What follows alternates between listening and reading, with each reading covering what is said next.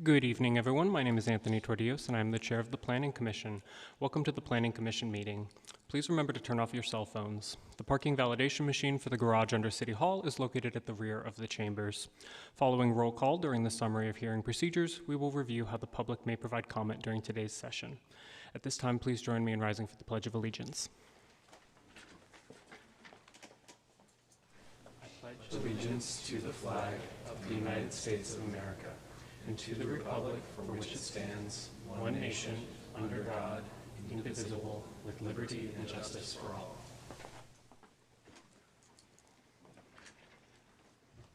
Thank you. We will now move on to roll call. My name is Anthony Tordios, and I am here. Vice Chair Cantrell. Here. Commissioner Barosio. Here. Commissioner Bondal. Here. Commissioner Bickford. Commissioner Lardenois. Here. Commissioner Oliverio. Commissioner Rosario. Here. Commissioner Young. Here. All right, that's 7 in attendance, 2 absent, so we have quorum. We'll now move on to summary of hearing procedures. If you want to address the commission, please fill out a speaker card located on the table near the audiovisual technician and deposit the completed card in the basket. There are also speaker cards in the back of the chamber and at the side entrance. The procedure for this hearing is as follows. After staff's presentation, applicants and/or appellants may make up to a 5-minute presentation. During the public comment period, the chair will call out the names on the submitted speaker cards in the order received for those members of the public who attend in person. As your name is called, line up in front of the microphone at the front of the chamber. Generally, each speaker will be given up to 2 minutes for public testimony, and speakers using a translator will have up to 4 minutes. At the discretion of the chair, the time allotted to each speaker may be changed depending on the number of items on the agenda, number of speakers, and other factors. Speakers using a translator will have double the time allotted. After public testimony, the applicant and/or appellant may make closing remarks for up to an additional 5 minutes. Planning commissioners may ask questions of the speakers. Response to commissioner questions will not reduce the speaker's time allowance. The public hearing will then be closed, and the Planning Commission will take action on the item. The Planning Commission may request staff to respond to the public testimony, ask staff questions, and discuss the item. If you challenge these land use decisions in court, you may be limited to raising only those issues you or someone else raised at this public hearing or in written correspondence delivered to the city at or prior to the public hearing. The Planning Commission's action on rezonings, pre-zonings, general plan amendments, and code amendments is only advisory to the City Council. The City Council will hold hearings on these items. Section 20.120.400 of the Municipal Code provides the procedures for legal protests to the City Council on rezonings and pre-zonings. The Planning Commission's action on conditional use permits is appealable to the City Council in accordance with Section 20.100.220 of the Municipal Code. Agendas and all staff reports for this meeting may be accessed on the city's website. Okay, we'll move on to call to order and orders of the day. Before we begin, I want to remind the Planning Commission members and members of the public to follow our code of conduct at meetings. This includes commenting on the specific agenda item only and addressing the full body. Public speakers will not engage in a conversation with the commissioners or staff. All members of the Planning Commission, staff, and the public are expected to refrain from abusive language. Repeated failure to comply with the code of conduct, which will disturb, disrupt, or impede the orderly conduct of this meeting, may result in removal from the meeting. This meeting of the Planning Commission will now come to order. All right, we will now move on to public comment. Now is the time for public comment to the Planning Commission on non-agendized items. Please fill out a speaker's card and give it to the technician. Each member of the public may address the commission for up to 2 minutes. The Commission cannot take any formal action without the item being properly noticed and placed on an agenda. In response to public comment, the Planning Commission is limited to the following options: responding to statements made or questions posed by members of the public, or requesting staff to report back on a matter at a subsequent meeting, or directing staff to place the item on a future agenda. Do we have any members of the public wishing to speak tonight on items not on tonight's agenda? If so, you can come down to the podium at this time. All right, I'm not seeing anyone move forward, so we will move on to deferrals and removals from the calendar. Any items scheduled for hearing this evening for which deferral is being requested will be taken out of order to be heard first on the matter of deferral or removal. Staff will provide an update on the items for which deferral and removal is being requested. If you want to change any of the deferral dates recommended or speak to the question of deferring or removing these or any other items, you should say so at this time. And tonight we have one item listed for deferral, which is CP 23-021 and ER 23-199, which is a conditional use permit to allow the removal of one non-ordinance sized tree for the installation of a new 65-foot tall monopine telecommunications tower at 3812 Dove Hill Road. Staff, do we have any commentary on these deferrals or any other items to defer this evening? No comments. Thank you. In that case, do we have a motion to approve deferring this item? So moved. Second. Thank you. We have a motion from Commissioner Rosario with a second from Commissioner Young to approve deferring this item. If there's no further discussion, we will move on to a vote. Vice Chair Cantrell. Yes. Commissioner Barroso. Yes. Commissioner Bondal. Yes. Commissioner Bickford is absent. Commissioner Lardnois. Yes. Commissioner Oliverio is absent. Commissioner Rosario. Yes. Commissioner Young. Yes. Myself, yes. That's 7 yes, 0 no, and 2 absences. So the motion passes. All right, we will now move on to the consent calendar. Notice to the public, there will be no separate discussion of individual consent calendar items as they are considered to be routine and will be adopted by one motion. If a member of the commission requests debate, separate vote, or recusal on a particular item, that item may be removed from the consent calendar by the chair and considered separately. The public may comment on the entire consent calendar and any items removed from the consent calendar by the chair. Staff will provide an update on the consent calendar. If you wish to speak on one of these items individually, please come to the podium at this time. And on the consent calendar this evening, we have 5 items. Item A is review and approval of the minutes from our October 9th meeting. Item B is CP 24-009 and ER 24-072, a conditional use permit to allow late night use for a public eating establishment at 98 South 2nd Street. Item C is CP 24-019 and ER 24-158, a conditional use permit to allow the installation of an 85-foot tall utility facility at 3033 South Bascom Avenue. Item D is PD 24-012 and ER 24-118, which is a planned development permit and determination of public convenience or necessity to allow off-sale of collectible bottles of alcoholic beverages at 1130 East Santa Clara Street. And item E is PP 24-007, which is an ordinance amending Title 20 of the San Jose Municipal Code to amend the definition of emergency residential shelters and amend the use regulations for emergency residential shelters across multiple zoning districts. I've already had a request from Commissioner Young to pull item 4E, so we will be hearing that one separately after the remainder of consent. And we also have some public comment cards here for item 4D, the determination of public convenience and necessity and planned development permit for off-sale of alcohol. So we will also hear that item separately. So the remainder of the consent calendar is item A, B, and C. Do we have any members of the public wishing to speak on any of those items? If so, please come down to the podium at this time.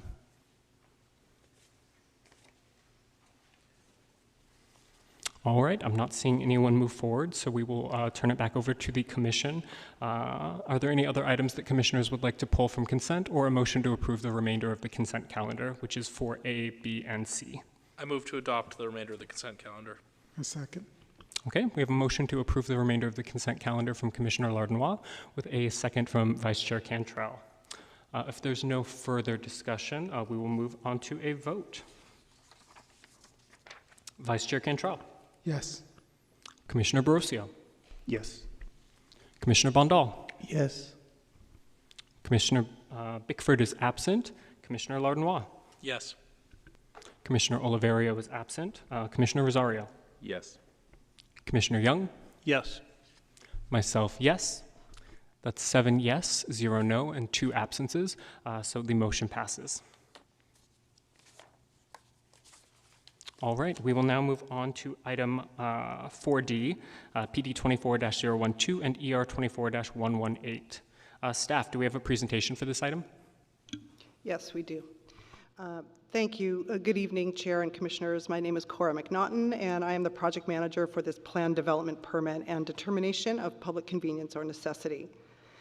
The requested entitlements would allow Plaza Jewelers, a 1,153 square foot jewelry store located at 1130 East Santa Clara Street, to sell collectible bottles of alcohol under a California Department of Alcoholic Beverage Control Type 21 license for off-site consumption. Sales of the collectible bottles would be incidental to retail jewelry sales at the store, with display cases for the bottles taking up approximately 20% of the sales floor. The project is consistent with the findings for off-sale of alcohol and determination of consistency. Determination of public necessity or convenience. According to the operations plan, the collectible bottles are gift items that can be personalized with decoration and engraving. The bottles will be sold during the jewelry store's normal hours of operation, 11 a.m. to 7 p.m., Monday through Saturday. 3 to 5 employees work at the store at any given time, including a manager and/or the store owner.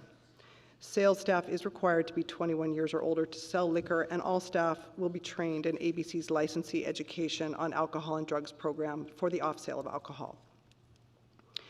Alcoholic beverages will not be served on the premises. In addition, staff recommends a project condition that would prohibit same-day sales of alcohol at the store, with pickup or delivery of purchased collectible bottles allowed the following day.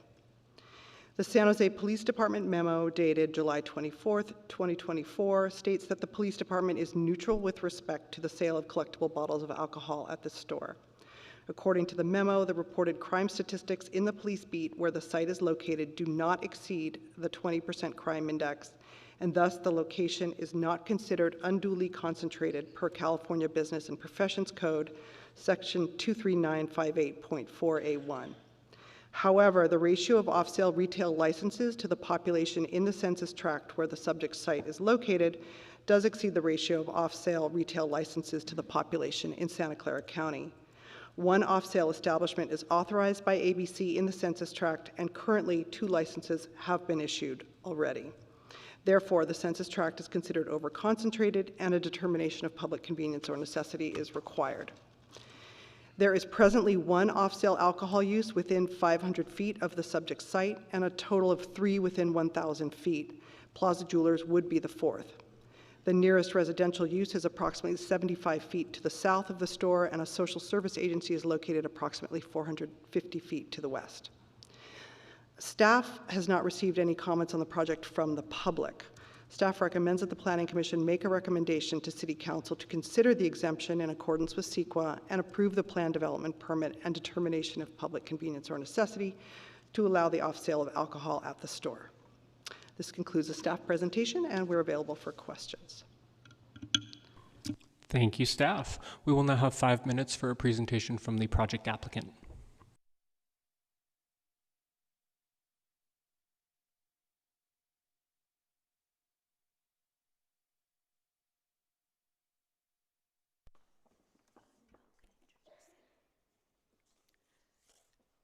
Good evening, Planning Commission. My name is Connie Alvarez. My husband and I are the owners of Plaza Jewelers. Next year, we'll be celebrating 50 years in business. We are tenants at the Plaza Jewelers building, but we also own 2 commercial properties within D3 and D5. I graduated from Fayunce Elementary School, and so did my son. What I'm trying to say here is that we've seen the area grow and faces challenges in all aspects, as owners, business owners, property owners, and as a community. I also represent the Allen Rock Santa Clara Street Business Association as president. We work close with our D3 and D5 council members.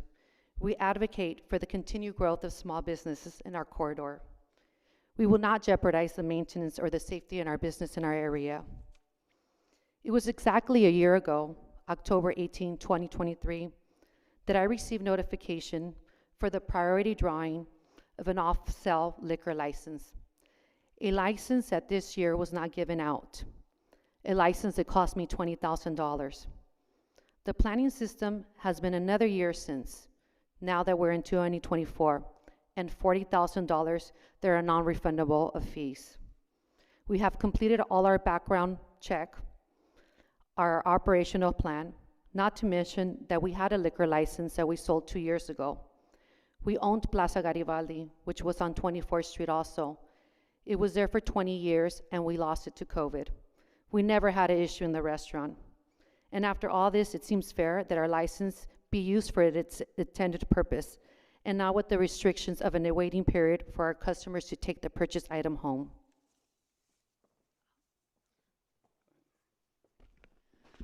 Good evening, Planning Commissioners. My name is Sandra Escobar, and I am a land use consultant representing Connie and Cesar. I'd like to, in brief, say that we would like for condition 4C to be deleted and replaced with another condition. The condition would be a condition that requires the conditional use permit be amended if a new business owner wants to conduct sale of alcohol and is not planning to conduct a business identical to what is being proposed by Connie Alvarez and Cesar Pascal. The reason for that is that there is financial issues that occur when you ask that the bottles be picked up the next day. And Cesar would speak further to that. Good evening, Planning Commission. My name is Cesar Pascal. My wife and I have run our businesses in Santa Clara County and in San Jose for more than 30 years, a restaurant, a jewelry store, banquet hall, retail locations. And imposing these conditions on our license will cause a great loss in revenue. And in these difficult times, would be hard to turn down a customer. Although you guys know that the economy is not the greatest right now, that's why we are reinventing our business, adding something different, like a liquor boutique in our jewelry store. I know it sounds very different. It's not the normal, but we have a lot of regular customers that like items that are memorable and have meaning. I have samples of some bottles that have been hand-painted, laser inscribed and engraved. That's something that we do with jewelry. We engraved it. And I have some pictures of the way we would want to sell these bottles, create a drawing, and then finish the product and sell it to the customers. Most of these would take 2 or 3 days, but there's times where we will have customers that will want to buy something and take it the same day, not wait another day or 2. Most of the bottles that we are planning to sell are high-end bottles that have a specific meaning, and they're going to be engraved to personalize the item that the client wants to commemorate on this bottle. I want you guys to please reconsider the conditions. We have demonstrated in the community our model of business in the last more than 30 years in San Jose. So I hope you guys can approve the sale of the liquor and giving it to the customer the same day. Thank you. We will now open the floor for public comment on this item. I have a number of speaker cards here, but if you'd like to speak on this item and you have not already submitted a speaker card, please do so at this time. Speakers I have here are Mimi Hernandez, Melita Alfaro, Jose Montes, Abram Chandler, and Eduardo Guilarte. So you can all come down to the podium in that order. Thank you. If you could please state your name for the record, and then you'll have 2 minutes. Thank you. Good afternoon, good evening. My name is Mimi Hernandez. I'm the Executive Director of Prosperity Lab and a longtime resident of San Jose. Prosperity Lab is a local nonprofit organization tasked with providing small businesses with resources, mentoring, and training to help them achieve business growth. We are here in support of the application for Plaza Jewelers. Over the last 15 years, we have known the applicants. We have found the owners and management to be responsible business operators, fair employers, good neighbors, and strong stewards of the neighborhoods in which they operate. Plaza Jewelers has been recognized as a positive and contributing presence in the East Santa Clara, Alum Rock Business Corridor District. Connie and Cesar, the applicants, have deep roots in our city and have earned positive feedback from property owners and neighboring businesses. They have also actively contributed to scholarship funds, mentoring. They have mentored emerging businesses and support local causes. Our business advising team at Prosperity Lab has worked with them to develop well thought out business planning, and operational procedures to address any potential concerns that this commission may have. Granting the Type 1 liquor license would allow Plaza Jewelers to expand their offering, increase customer retention, generate local investments, increase tax revenues, and provide stronger job security for their employees. The owners are well-versed in complying with relevant codes and regulations and have a proven history of responsible operations. In closing, we ask that this body consider the application with the requested conditions, and thank you for your time.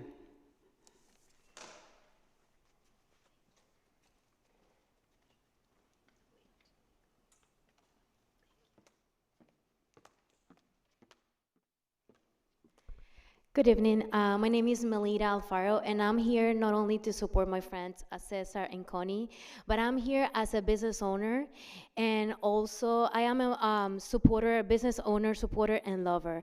Not only because I own a small business that support small business owners, but I'm also a co-founder of a nonprofit, and I do see on a daily basis that license and permits takes sometimes more than it should be.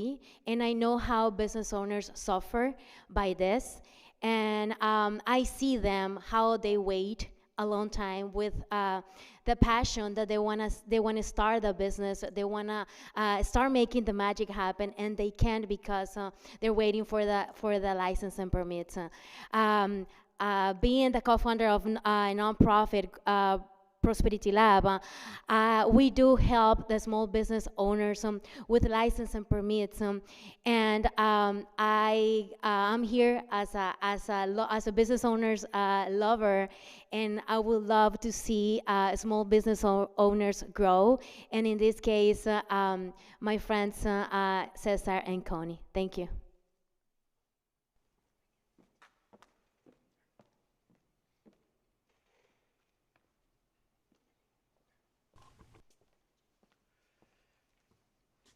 Good evening. My name is Eduardo Guilarte. I'm a Vietnam War veteran. I've been a licensed private investigator for 52 years, preparing cases for trial. And I've known Cesar and Connie since 1986. And what we are talking about is allowing them to create some commemorative items. We're not talking about massive alcohol sale or mass production. This is art. This is just something to enrich people's lives. It's commemorative items that will celebrate somebody's baptism, something to that effect. The bottles are engraved with the dates and the event. Thank you.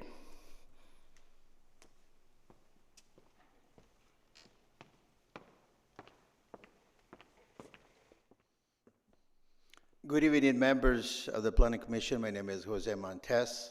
I've been in business in Santa Clara County for over 40 years, and I'm here in support to Cesar and Connie in respect to selling their items.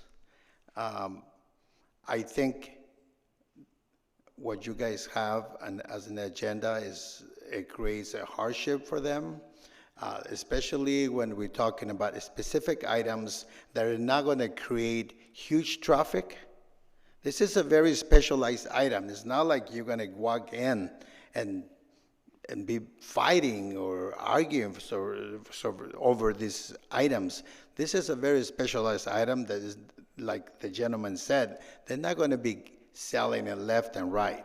This is a very specific customer that will be buying a very specific item.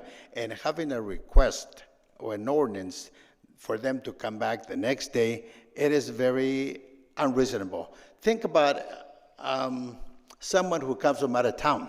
Think about a tourist coming to their store and they really want to buy this item. Well, guess what? They're not going to come back the next day because their flight may be the next day.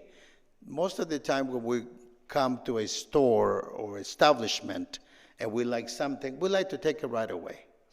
And I think it creates a hardship for them when they sell the item or they have someone willing to buy this item, but they can pick it up the next day. A tourist they will be out of business. They will not be able to take this item. So I would highly consider for you to allow them to buy and to sell, and the customer to take their item the same day. I think this is good for our city. I think you sending a message that you really care for a small business.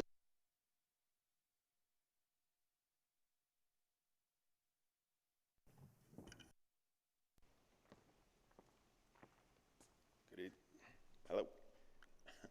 Good evening, Planning Commissioners. My name is Abram Chandler. I'm actually a business owner here in the city of San Jose, born and raised here in business for now 20 years this year.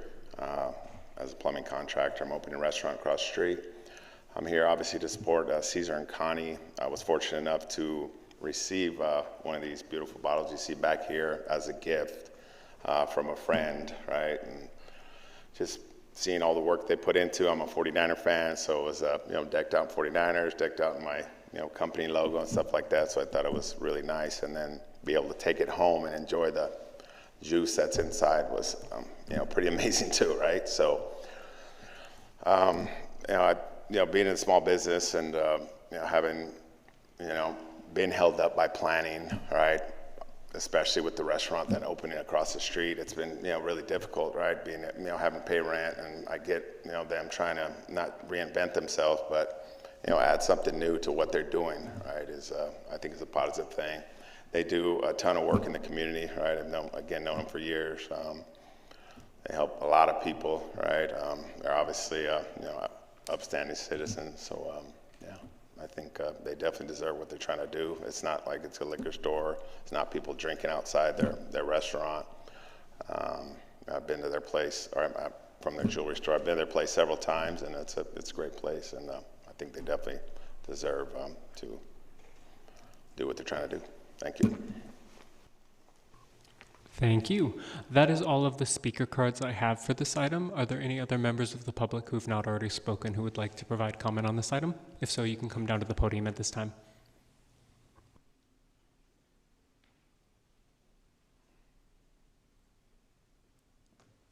Thank you. And if you could just state your name for the record, and then you'll have 2 minutes. Perfect. Thank you. My name is Gabby Chavez Lopez, and I'm the Executive Director of the Latina Coalition of Silicon Valley, an organization that for 25 years has been serving the community and is dedicated to advancing and developing the leadership of Latinas. I'm really inspired by Connie and Cesar and their commitment to the community. I think Connie, as a Latina-owned business, should be afforded the opportunity to expand the services that they provide for their customers. I have known her and her husband to be not only leaders in the business community, but leaders in the surrounding community. They've organized small businesses. They protected small businesses during the pandemic. They have been there to serve. And time again, they are pillars in the community. And so this isn't your general business owner. This is somebody that's been committed to San Jose and that has been committed to the community. And so I personally and professionally stand in full support of this Latina-owned business, and I hope that you all will consider their request. Thank you so much. Thank you. Are there any other members of the public who'd like to speak? Feel free to come down at this time. Anyone else who'd like to speak on this item? Thank you. Good evening. I'm Eduardo Huerta. I'm a real estate broker, and I own a few businesses here in San Jose. So I support him wholeheartedly, because I know in business you have to kind of continuously reinvent yourself and provide different services and products.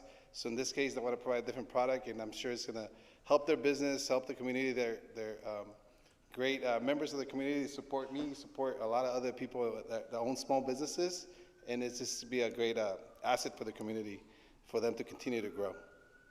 Thank you. Thank you. With that, we will conclude public comment on this item and turn it back over to the project applicant for an additional 5 minutes of closing remarks, if you'd like.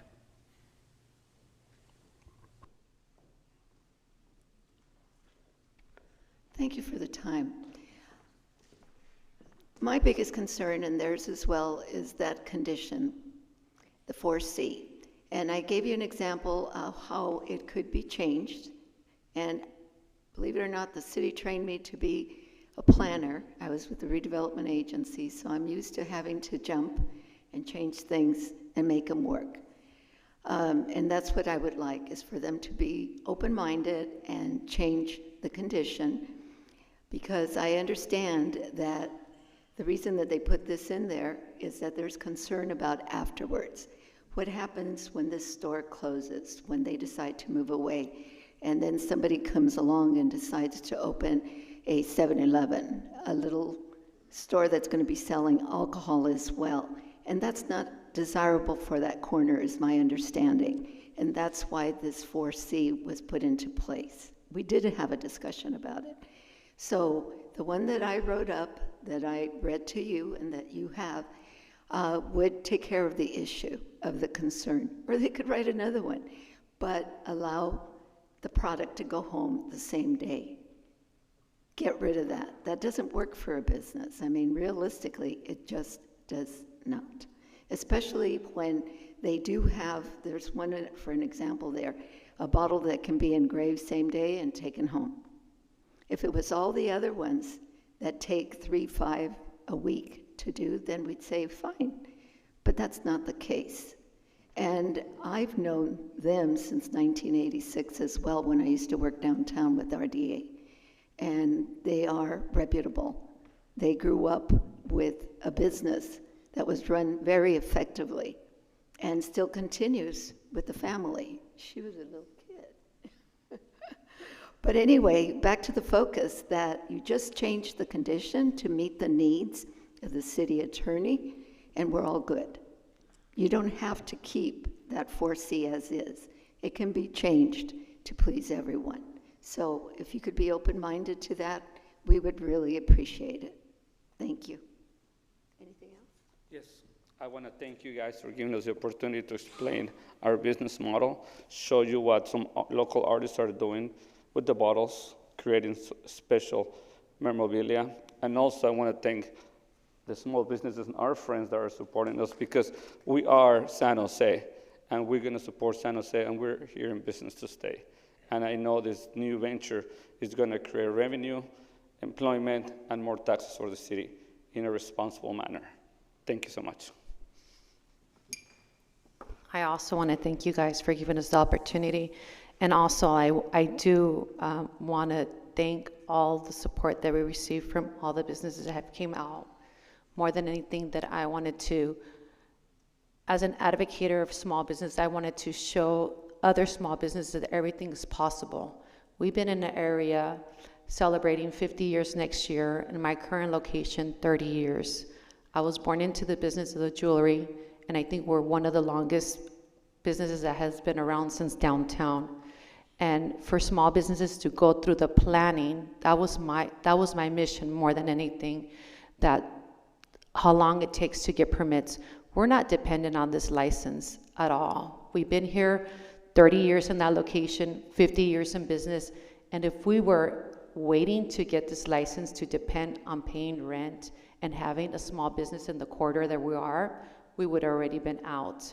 And this is to show the Business Association, our advocates of small businesses, that everything is possible, because this is the same as a big corporation to try to get this license as a small corporation or a small business owner. Thank you. Thank you. With that, we will turn it back over to the commission for discussion. I see a couple hands here, so we will get things started with Commissioners Bondal, Vice Chair Cantrell, Commissioner Young, and then Commissioner Lardnois. But starting things off with Commissioner Bondal. Yeah, first of all, staff, thank you for the beautiful presentation, and the project applicant, very nice presentation. Thank you for bringing some samples for us to see as well. So first, I'd like to ask a question for staff. I see this is a type 21 off-sale liquor permitting, selling beer, wine, and alcohol for a jewelry store. Do we have something of this nature previously in the city, or is this one of a kind? This is the first one we're aware of. Okay. So can you also further explain why do we have an addendum in there that states next day sale? Why can't the customer take it home the same day? Yes, so the conditional use permit for off-sale of alcohol is a permit that runs with the land, which means that if this operator ceases to operate on the premises, another operator can come in and use that CUP to continue to sell alcohol. In that case, we would not have an opportunity to review their operations at that time. So that's our concern. Once the CUP is granted, it does run with the land. Division Manager John, too. This is kind of an iterative process of, it's a unique use on this unique site, that the reason we're supporting it, because typically we have general plan policies that support also of alcohol at full service grocery stores and other aspects. But this is also a unique case because they came in and saying this is a very narrowly tailored specific use due to an operation plan. We try to say, is there other conditions that we can consider besides this before we landed on this? Could you define what luxury good is? And they said, well, it can be anywhere from a $40 bottle to something like that, and that kind of opened the door and wasn't enough of a condition. Then there was a discussion of, could it be a luxury good? We're like, that's kind of hard to define. So they had told us that, you know, a lot of the stuff they do is personalized, can take 1 to 5 days in their email.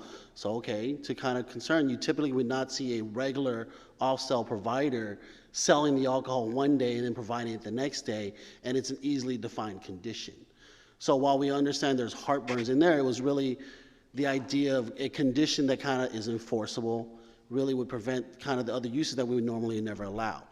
Now, in response to the question of their condition being proposed, it's something that I think the city in the past has potentially tried to impose on projects, but through other case laws of saying, no, the permit has to be valid, passes with the land, because they invest a lot of money in the permits, imposing those kind of conditions that it's time limited or it's restrictive if they change something of that. We wanted to give them a bit of flexibility because we didn't want to like say you can't serve this good and this good if that's part of your business. So what's another condition that we can kind of consider that's enforceable that kind of would prevent a liquor store or a regular also alcohol to provide? That's kind of where we landed. That's kind of where we are in this part of the discussion today. So in order for it to be classified as a luxury item, what would the minimum cost need to be? That was the debate, because what's $40 today is not $40 10 years from now, right? In terms of doing that, and there's a full range of like alcohol goods. There was also like a discussion, could it be like alcohol goods that you can't get somewhere else nearby? Well, there's limited editions of different alcohol bottles that may be sold by a Bevmo and them. It was getting to a place that was really hard to define. So if we were to take off the next day addendum, and what could we possibly substitute that with that would grant them the same day sale, but also kind of put them in a restriction? I think that's why we're here to discuss, right? What kind of condition would be fair, enforceable in terms of doing it? I understand the condition they want to put in. It's just it's a condition that's problematic, right? Too restrictive, because and then operationally, right? They're stuck to this operation plan that's very strict, you know, of 20%, this and that, and other aspects. That if they themselves wanted to change, they would have to come get a new conditional use permit, right? So there's a bit balance of that as well. And then I have a question for the applicant too, if you would like to come down.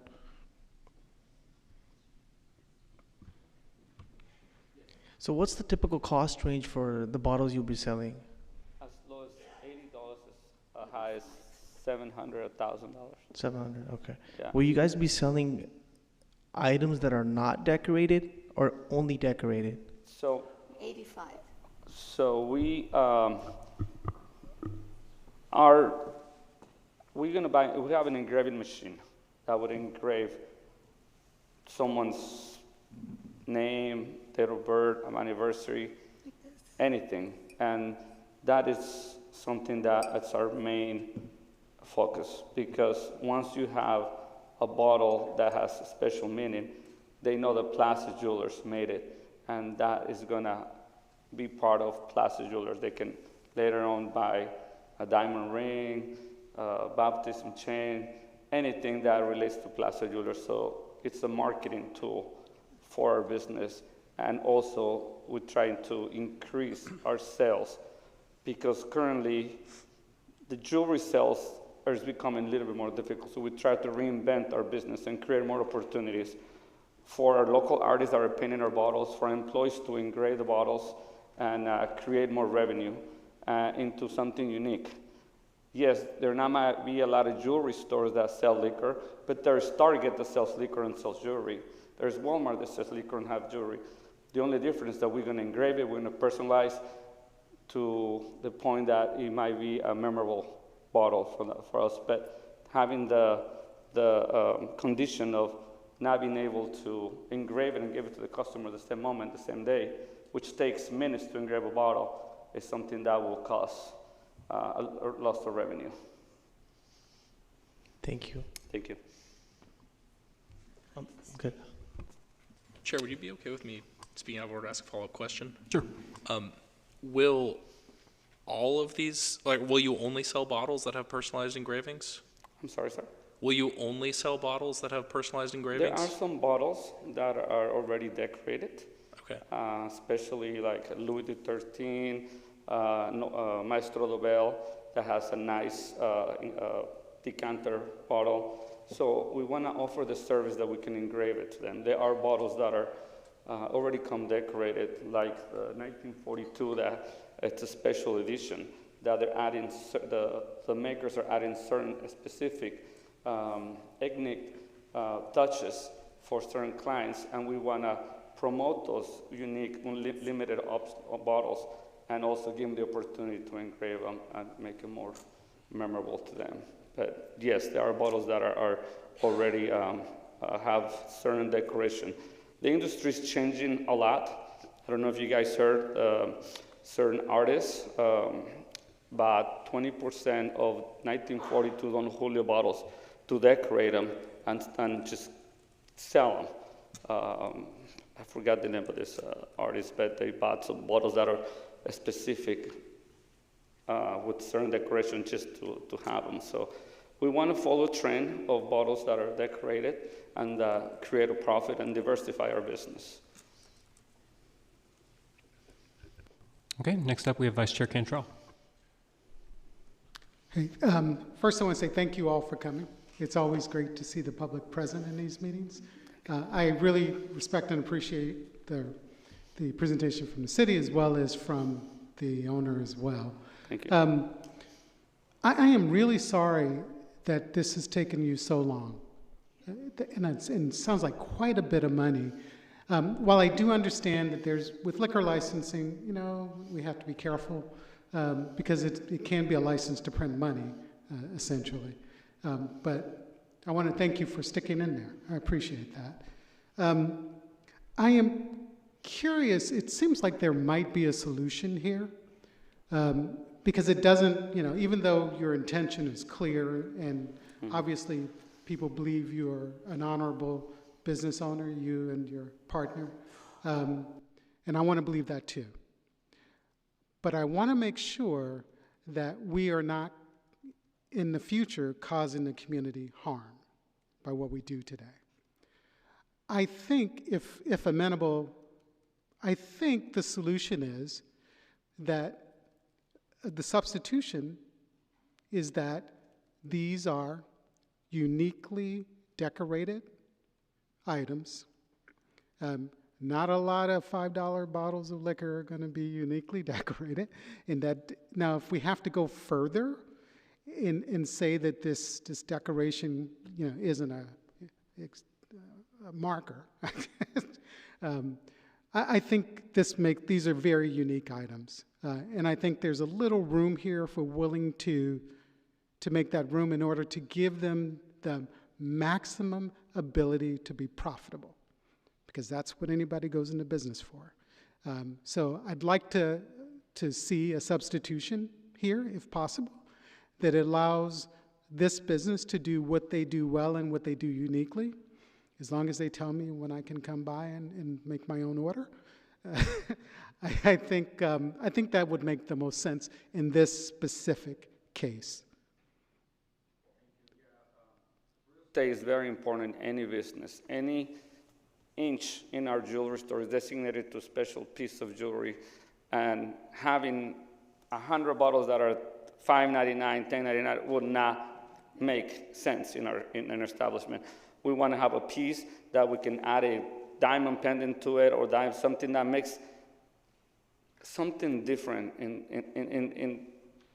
these times. We want to be different. We want to reinvent ourselves. We want to create more business. And we definitely cannot afford to have 100 bottles that are $30, $40 because our real estate it's very limited. Yeah. So our showcases, and they're all under showcase. Is there something we can say about uniquely embellished items?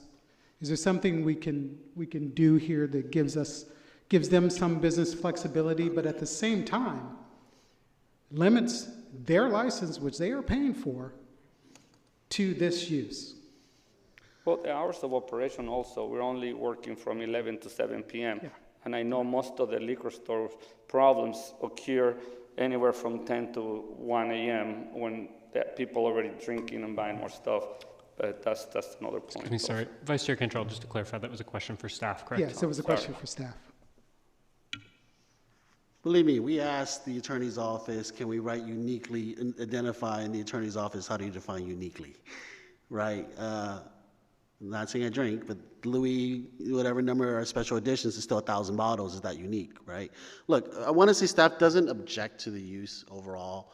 It's really about finding a condition that gives them maximum flexibility, is definable, won't get in trouble for limiting too much. And the reason when we looked at, can they engrave it? Well, some of the items don't want to be engraved. And the concern is, what if somebody comes by and just, I engraved it, I have a machine, I just stamped it, it says the store name every time. There's a difference in intention in what I can only do as a planner, which is a written condition to be enforced by somebody 20 years from now. Yeah, I can say probably unlikely that a future owner there would be interested in trying to take out a machine and even put a stamp on it in order to get a $8 bottle of liquor out the door. Just seems unlikely. I know that I get it from the city side, certainly, because we don't want to cause future harm, unforeseen harm to the community. I believe you, and I believe your business model is different, and we need to appreciate that difference somehow. I would be amenable to accepting that these bottles are uniquely customized or shipped with embellishment that is outside of the normal market for these items. Something to that effect. I'm not a lawyer. I don't play one on TV. But I think there's an answer here in that type of restriction, if they are amenable to it. Go ahead. Chair, point of order. Could we have the applicants sit back down because there's confusion of who's answering what questions? Yeah, I'd agree with that. We will call you back up if there's additional questions. But did you have a specific question? question? Actually, I asked if she was amenable to that. Sure. Yeah. Sure. Yeah. I was going to respond to what the planner said, that in response to you. He said that it would be difficult in the future to know that there was a new owner and whether they were going to actually do what this business was going to do. And through ABC, they don't automatically take over a license. There is review, there is notes, there's things like that. And then the other thing is that I have another client who has a business that it's a restaurant with alcohol, has to close at 2 o'clock in the afternoon, period. That's what their CUP says. And he called me and I said, well, you have to amend it. So and that was in San Jose, I think it was Hacienda. If it can work for them where he can't open after 2 o'clock as a new owner, why can't it work for them using some of the language that I read to you all, where it says if there's a new owner and, that then they have to go in and get an amendment if they're not going to do exactly what's in the CUP now. Okay. What's wrong with that? So anyway, thank you. Okay. So I'll end it there. If you want to respond to that, fantastic. I want to hear it, but I'll just end it there. Thank you. Any additional comment from staff? Okay. In that case, we will move on to Commissioner Young, followed by Commissioner Lardnois and Commissioner Oliveria. Thank you, Chair. I'm confused, frankly. This is very unusual. Sir, can you just go ahead and... Thanks. Okay, so where is this condition in the staff report that we're talking about, just so I can actually look at it? I've been trying to... Draft resolution. It's in the resolution. The draft resolution link at the Is bottom. it possible to put that up on the screen? Yeah. You want to ask another question while we pull it up? Sure. Well,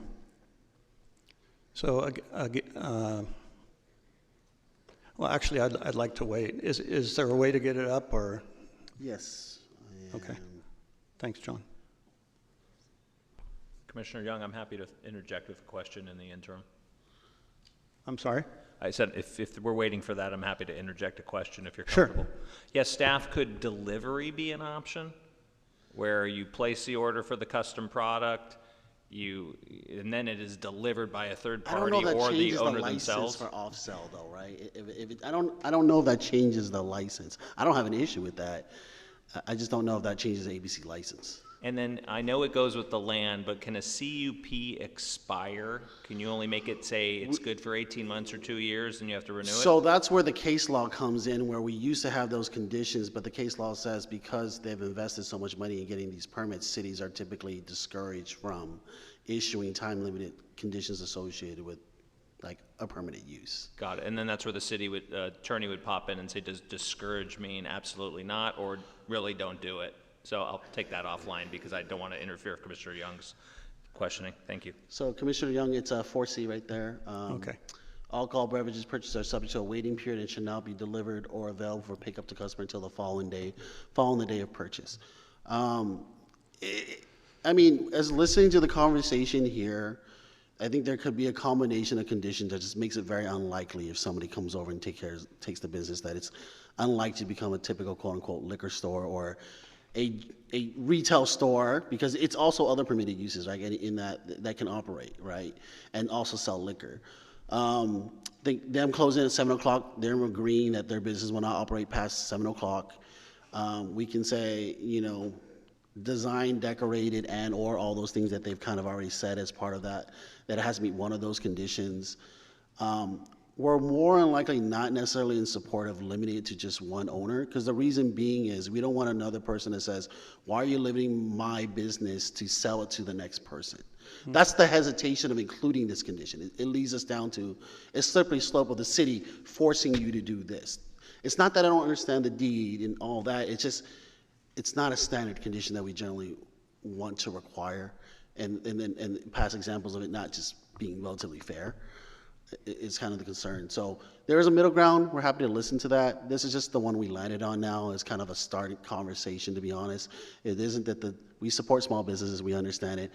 And this is why we did bring forward a recommendation to approve a project that is not a typical full-service grocery store. There are things that we did look at this project that was worthwhile to provide a recommendation. Okay, thank you. Staff, did you have discussions with the applicant about this condition 4C during the process? We did, yes, and they expressed their objection to the condition. Okay, so even though they objected to that condition, they still wanted the project to be brought forward for approval, correct? That is correct. Okay, great. Couple things here. One is, I don't think I've ever had an applicant come up and request a condition to be changed. It's kind of unusual. I mean, there's an argument that could be made that you shouldn't sell any liquor out of a jewelry store, right? So with that, we would just disapprove the project, which I don't think the applicant would like, right? So the other option would be to approve the project as it's been proposed with the condition 4C.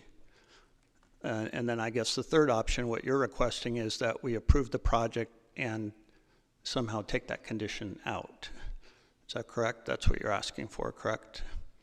Okay, so I am not in favor of taking that condition out. I think when it comes to city governance and planning, we have to plan for the worst case scenario, not the best case scenario. So that's okay, you'll have a chance in just a minute, okay? As has been stated by staff, the permit goes along with the land. So 5 years from now, if the applicants choose to sell it to a liquor store, then, liquor could be sold there on the day of. That's the worst case scenario. That's what we have to plan for. I think the condition is very reasonable, and I'm not personally in favor of changing it. I think that my experience of going into, by the way, I think your proposal is great. I like it a lot. I think the bottles are beautiful. I think it's a wonderful idea. But my experience going into anywhere that requires engraving is you don't just walk out with the item engraved. You come back in a day or two.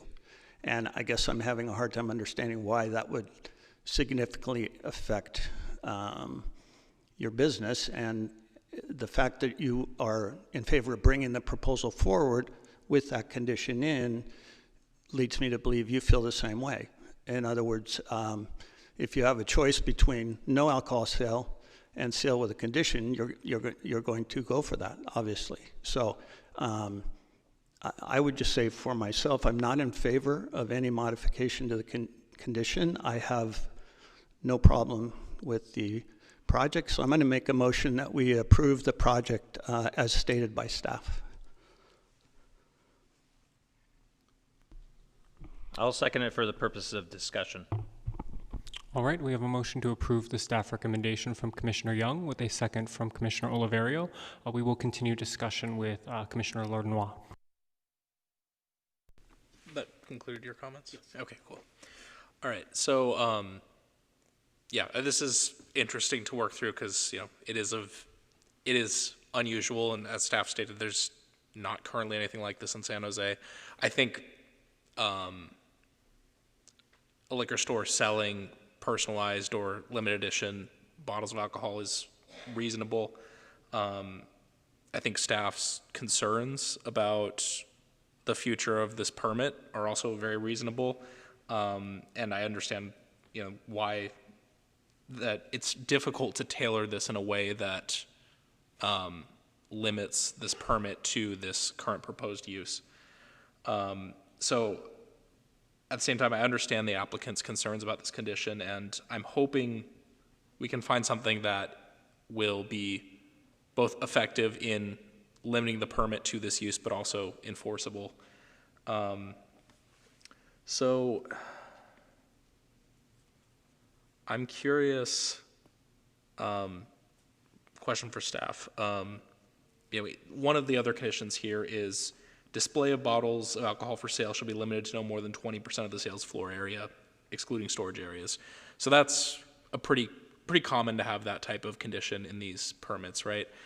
So tell me if this is too clever. What if we also had a condition for a minimum amount of sales floor area for jewelry?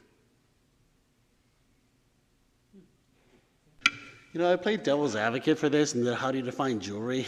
And I was like, once again, look, I don't enjoy this. It just sure. No. I understand it. I had to deal with this on the basis of it's people a legal saying, process. It's important. Okay, if I want to sell a bunch of pop rock rings, it's consigned as jewelry. Like, it was just the definition of it being very hard. But I think if there's a combination of 50% of the store of sales area has to be jewelry, operation between the hours of this certain hours. The majority of your sale has to be engraved, unique, in a way that's, in terms of doing that, it makes it amendable, and I think to a certain extent enforceable if a use comes in the future, as you clearly aren't meeting the conditions, right? And I think if you're going to do that, I would say high-end jewelry or something on the end of it, or something something that it's in the record that it's not just. Sure. Yeah. Then, yeah, you might have a case and reduces the likelihood, right? Those combinations may be okay. But I would defer once again to our attorneys because I had a lot of discussion about what languages that we can and cannot use. So, sure. And I just want to note that it appears to me that the hours being limited is already a condition from 11 a.m. to 7 p.m. Monday through Saturday. It's the collection of these different conditions. Right, together. sure. Yeah. Okay.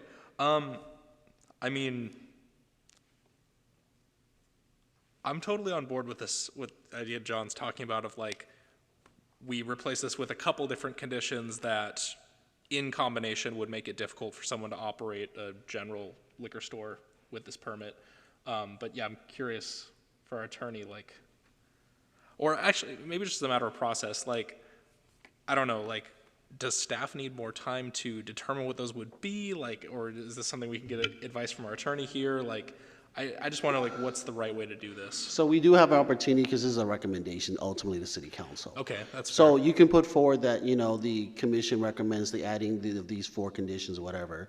The applicant can write a note, the staff can write a supplemental memo, it can be other ways ultimately in terms of doing it. So it doesn't necessarily have to finalize the language today. Sure, no, that's valid. Okay, so let me take a stab at this. I want to recommend, or I want to move that we adopt the staff recommendation with the modification that we recommend that condition 4C be dropped, and that staff work with the applicant and the city attorney to determine alternative conditions that would restrict the, restrict the permit to, I don't even know the right way to phrase that, but I don't want to get too specific with the kinds of examples you were giving, but. I mean, I think it might be better let's just list the 4. Yeah, And then that at least gives us the guidance, right? Like, to maintain the condition about the store operation hours, the operation plan will be conditioned in terms of doing that. The sales area of it, the remaining portion is at least 50% high-end jewelry-related products. I think those 3 may be sufficient to at least to start from there. And if the applicant is amendable to those conditions, then they can let staff know. But otherwise, we can move forward with that as the condition moving forward, and then council can make the decision whether or not they need to modify or recommend it. So sorry, you were suggesting maintaining the store hours. Operation hours, adopt the operation hours as a condition, like their exact operation, right? Hours and security and all the aspects. 50% of the retail area has to be at least jewelry, high-end jewelry. And then no more than 20% of it being for retail, and of the 20% will have to include things such as engraved, unique, alcohol products or limited edition or customizedly decorated off-sale products, right? Off-sale alcohol products. I hope someone caught that because I just said it all. Sure. Okay. And then I'm fine with that, but I want to ask the applicant if they're amenable to those conditions. Can you repeat them again, please? Yeah. So it would be a condition that limits. This way we can't hear you. Well, I also had to record it. Okay, so the hours would be limited, I believe. What's the hours, Cor? 11 to 7. That the retail area there would be at least 50% jewelry sales area, right? Jewelry, high-end jewelry, so that in terms of doing that. And that the off-sale of alcohol will be limited to unique, limited edition, high-end, customized, decorated off-sale product, right? Off-sale alcohol product. That would eliminate condition 4C. It also would not use your substitute condition because there's problems with that. And I'm seeing a smile over there, so I'm assuming they're agreeable, but I would like to hear it if that's the... Right.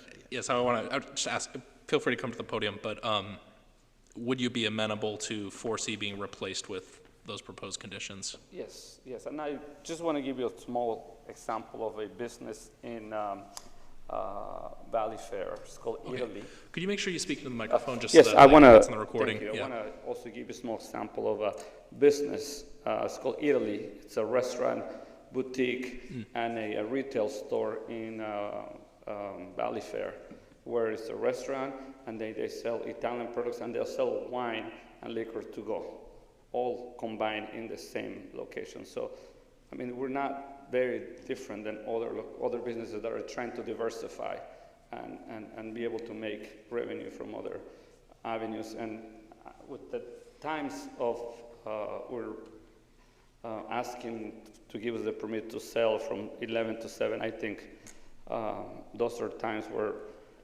people are not going to be drunk at those times of the day going to buy a bottle. Also, our jewelry store has high security cameras, alarm, button for people to come in. So as far as security-wise, and cameras, it's all set up for a jewelry store. Yeah, but yeah, those conditions will be good. Thank you. Thank you. Yeah. I do want to note that Eataly also includes a full grocery store, so it's a little more common of a use for these types of permits. But yeah, so I want to make a motion that we adopt the staff recommendation, but with the modification that condition 4C be dropped and the additional conditions John just enumerated be included. Second. And just to clarify, is this a friendly amendment or a substitute motion? I guess it would be a substitute motion because I know Commissioner Young feels differently about this than I do.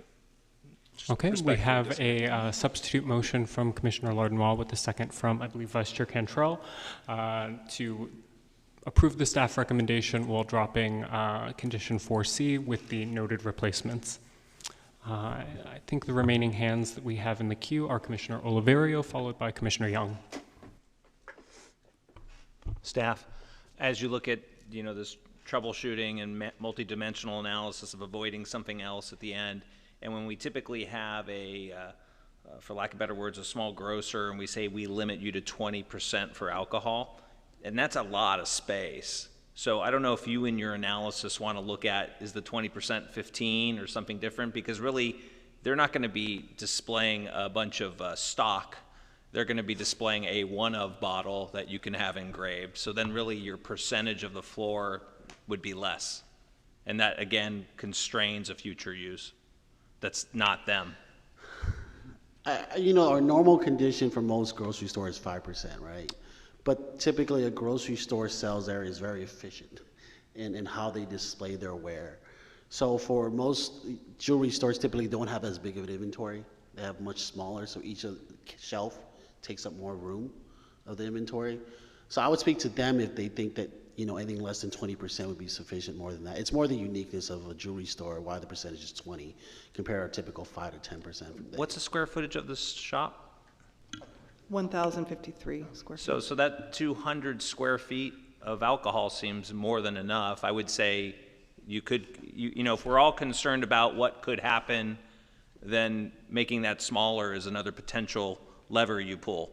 So I would just say if the maker of the motion will accept that staff can look at the square footage and decide what that right amount is, whether they're talking with the applicant or whatever, and then when they come to council, they can say, hey, since Planning Commission, we have now looked at the square footage and we think this is what we're comfortable with because the commission doesn't want to have another use in the future that's different, et cetera. Yeah, I mean, I'm amenable to that. Okay, thank you. Yeah, I guess, we have our recommendation, staff's going to have theirs, which might not be necessarily exactly the same as what's being presented to us tonight.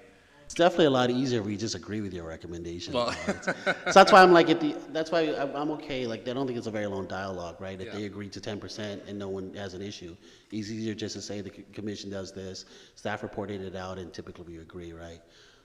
If we end up having to change the discussion, it's typically like another mini staff report. Sure. Which, love doing it all, but. But I imagine, council's going to hear about what we requested, and they're also going to hear what, if any, discussion happened because of that, right? So, yeah. Okay, but yeah, amenable to what Commissioner Alvario suggested. Thank you. Next up, we have Commissioner Young, followed by Vice Chair Cantrell. Thank you, Chair. So, question for our attorney. To the best of your knowledge, these conditions are all wonderful, as long as this business is here. But if in 3 or 4 years the business is sold, the land is sold, would these conditions be enforceable with the new property owner? Yes, they would be. And I guess I would just add, one thing that hasn't been discussed tonight is, could you make the findings, and I can ask the staff as well, can you make the findings necessary if you just wanted to have a liquor store? If you wanted to just provide alcohol and not worry about what happens in the past. I mean, are you guys contemplating that at all? I don't know if the findings cannot be made, that maybe that answers that question for you. Yeah, a regular liquor store we wouldn't have supported it and made the findings, right? The concern is if someone operates a jewelry store, the jewelry store doesn't really exist, but the space that they're allowed to operate for a liquor just becomes a liquor store. That's the real concern, right? So Well, I understand that we're trying to, forecast in the future what happens if this becomes a liquor store. I'm asking whether or not the commission can make the findings now for just a liquor store, right? And why not just dispense with whatever happens in the future? Are you okay with bottles of alcohol being sold? Because it sounds like alcohol is going to be sold there without art adorning these bottles and engravings. They can just be sold by the bottle. I think if the operation plan was not to be associated with a jewelry store and the type of off-sale of alcohol, I don't know if staff would have made the same findings in the recommendation. Okay, that's fair then. But yeah, these conditions, if they're agreed to by the applicant, these are the conditions. Okay. Thank you. Perhaps it's my public safety background, but I just think this is a slippery slope we're going down. I don't think it's a good idea. I don't think it's a good idea when us as a commission try to figure out and design things. So I cannot support the substitute motion. Thank you. I think I saw a hand from Vice Chair Cantrell. Did you have something to add? Yeah, I'll just say what I was going to say. What's the likelihood that anyone wants to buy a 1,000 square foot liquor store that will only allow 20 to 10% of it to be inventory and liquor at over $40,000?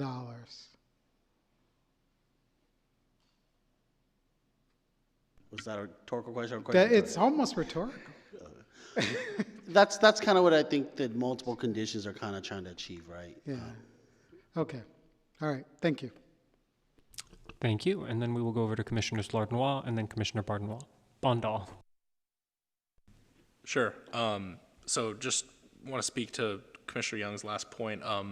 Definitely, I agree that we're not experts, and I'm comfortable making this motion because it was in consultation with staff, and they had some suggestions of how to get there. I wouldn't want to be trying to make these things up myself. And then I also just want to speak to the attorney's point. I thought about that too. Could we just say, were we looking at this a certain way, and would it be such a bad thing if there was a liquor store here? And my thought on that is, I think in general, I think when people come and request a off-sale license like this as part of a business that does other things, I'm generally pretty open to that. But I think I don't think we should be trying to enable that for when it hasn't been requested. And I think this is an applicant coming and requesting a fairly limited use. Our challenge here is just how do we actually limit it within the boundaries of what we're allowed to do with these permits. So yeah, but basically I think if the applicant come and requested to do a liquor store, I think it'd be a different discussion for sure. But yeah, anyways, that's just my thoughts there. Thank you. Commissioner Bondal. I think Commissioner Lardnois did a good job navigating this and kind of meeting a middle ground. Question for staff, Commissioner Lardnois had a few recommendations. What were they again? Could you repeat those? So what we understood was to maintain the hours as 11 to 7 would be the hours of operation. 50% of the sales floor area would have to be reserved for high-end jewelry sales. And then the third one would be that a maximum of 20% of the sales floor area could be used for alcohol display for unique decorated bottles of alcohol that may be engraved or otherwise personalized. So there's not a requirement that they are engraved or personalized. Yeah, that's what I was going to say. I think there shouldn't be a requirement to engrave them. Because I get it, sometimes there's an expensive bottle like Louis XIII, whatever it's called, I don't know the name, but the customer doesn't want it engraved at times. Maybe there's a limited edition, special edition bottle. Like, for example, I've seen commercials of the Hennessy bottle with LeBron James. If somebody just wants to buy it as is, then you should be able to sell it as is. So I don't feel like we should go down that slope of it should be marked, or it should be stamped, or it should be engraved. I think if you're selling alcohol, you're selling alcohol, whether it's engraved or whether it's not engraved. I think they should have the openness to do that. I think the word was may, we could change it to or, like but it should be among one of those, right? Like, it's not just I don't want to badmouth any liquor brands, but I'm just saying it should be decorated, it should be limited edition, or it be engraved, or one of those, right? I believe those are the typical ones you're going to have, right? They're going to be limited edition, decorated, or engraved. Like, I think that covers all of them, right? So, or is fine. It doesn't have to be. Believe me, I would get ostracized if a Louis got engraved. I get it. But I think the word or could work. That's it for my comments. Thank you. Commissioner Lordnois. Yeah, I don't want to keep going back to this too much, but the city attorney just suggested something I hadn't thought of. Would it make sense as a condition to require that products not be refrigerated? I could see that being disincentive for a liquor store use, but I'm okay with that. I mean, typically if it's not refrigerated, I'm guessing, is the applicant amenable to that is the question that you probably want to ask, right? We can include that. Yeah, okay. I didn't think so. Yeah. So, and I imagine it might be hard to engrave. So we'll just something add that's old. all that and then say, and non-refrigerated at the end of the, okay. Yeah. You might, and for procedure, you probably have to ask for a substitution to your substitution or amendment to your motion. However the chair wants to handle that. Would you like to make a substitute motion or a friendly amendment, someone? Yeah, I'd like to amend my motion to include a prohibition on refrigeration. Thank you. And the second? Vice Chair Cantrell? Yes. Thank you. Sounds great. I don't want my building refrigerated. Think about it, if I just somebody cranks the air conditioner to 65, it'd be the same as the refrigerator, but that's just another point, but you know. And I'd love to have an igloo and sell vodka to Russians, but that's not gonna happen. But, Thank you. I'm not seeing any additional hands here. I agree that this is a very particular case, and I, also agree that I would not support a general purpose liquor store in this location. That said, I think this is offering a unique, differentiated experience that is distinct enough, and I'm glad that we were able to come up to this, middle ground to be able to propose striking condition 4C. So if there's no further discussion, we will move on to a vote. Vice Chair Cantrell. Yes, and I'll be by as soon as you get your license. Commissioner Brosio. Yes. Commissioner Bondal. Yes. Commissioner Bickford is absent. Commissioner Lordnois. Yes. Commissioner Oliverio. Yes. Commissioner Rosario. Yes. Commissioner Young. No. Myself, yes. That's 7 yes, 1 no, 1 absence, so the motion passes. Okay, we will now move on to the other item that was pulled from consent, item 4E, which is PP 24-007, an ordinance amending Title 20 of the San Jose Municipal Code. Staff, do we have a presentation for this item?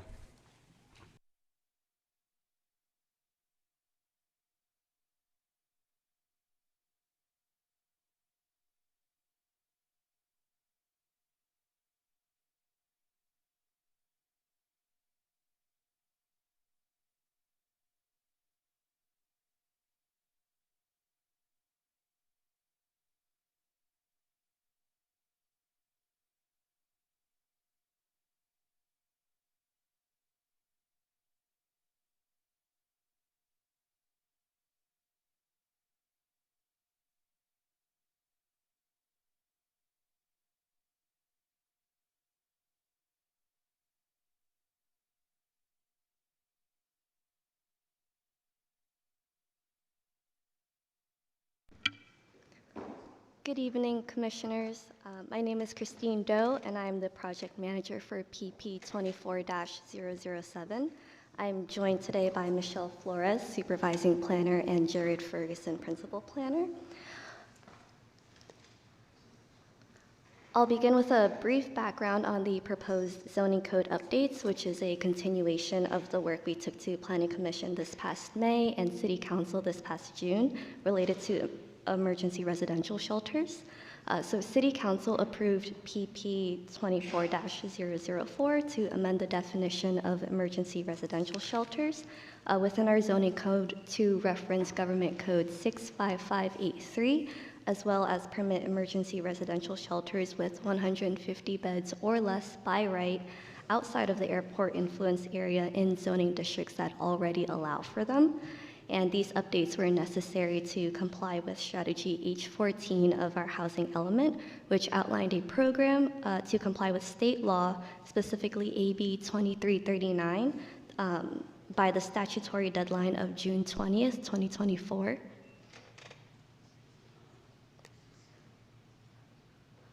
So to meet that statutory deadline, we made the necessary changes to comply with the shelter bed capacity and deferred the other changes that would have required a referral to the Airport Land Use Commission. So during our presentation for that first phase, we offered completing the remaining updates by the end of 2024, and so we are proposing those updates today to include properties within the AIA and codify objective development standards per AB 2339,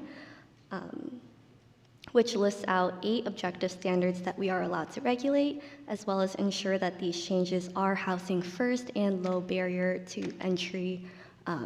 And in September, we presented and briefly discussed these updates in the first phase of work.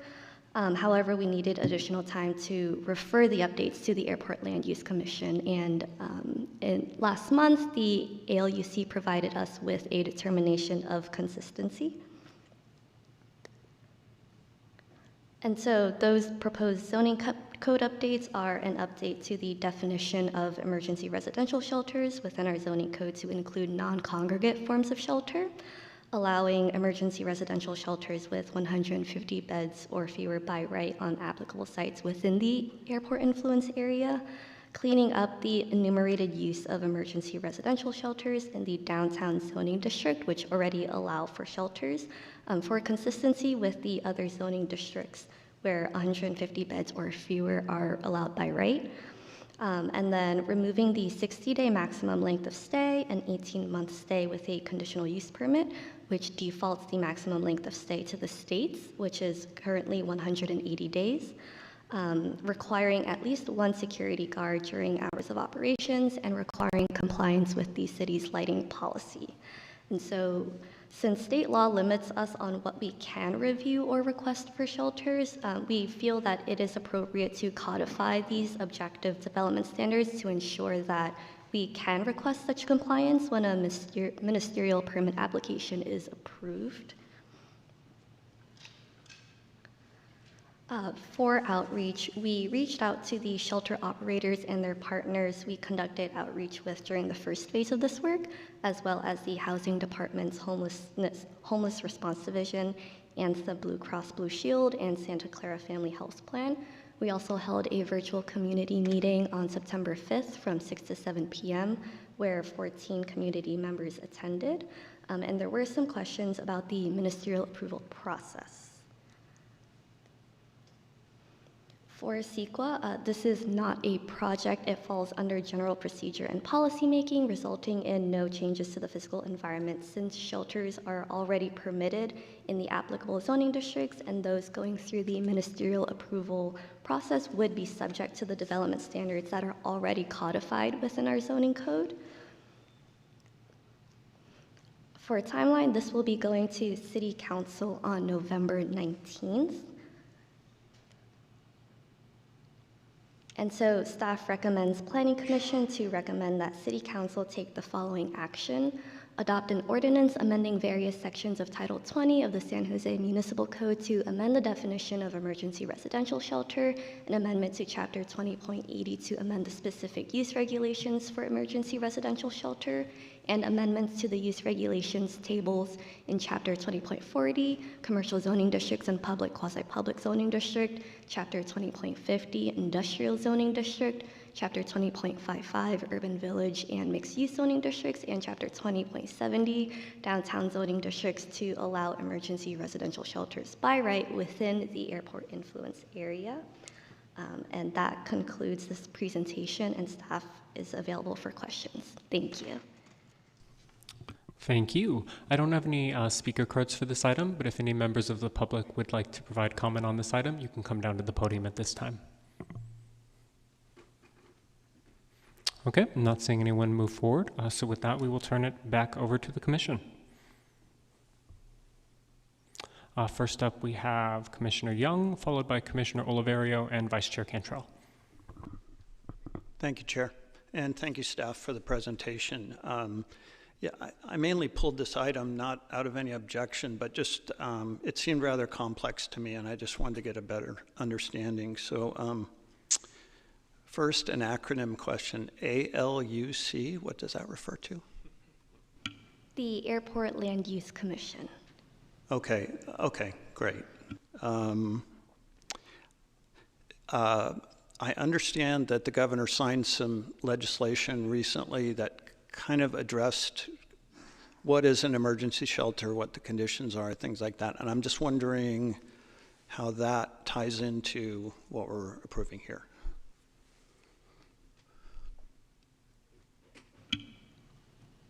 Could you clarify which legislation? Or I have a few here, but I'm not sure which you might be referring to. I wish I could clarify, but I'm not that familiar with it. I just know that I know there's been concerns, I think, from cities and local government in California that there just wasn't maybe a clear definition of what an emergency shelter was and kind of what the conditions were operating. And I'm sorry, that's all I know. Commissioner Young, I think it might be AB 2339. Sounds good to me.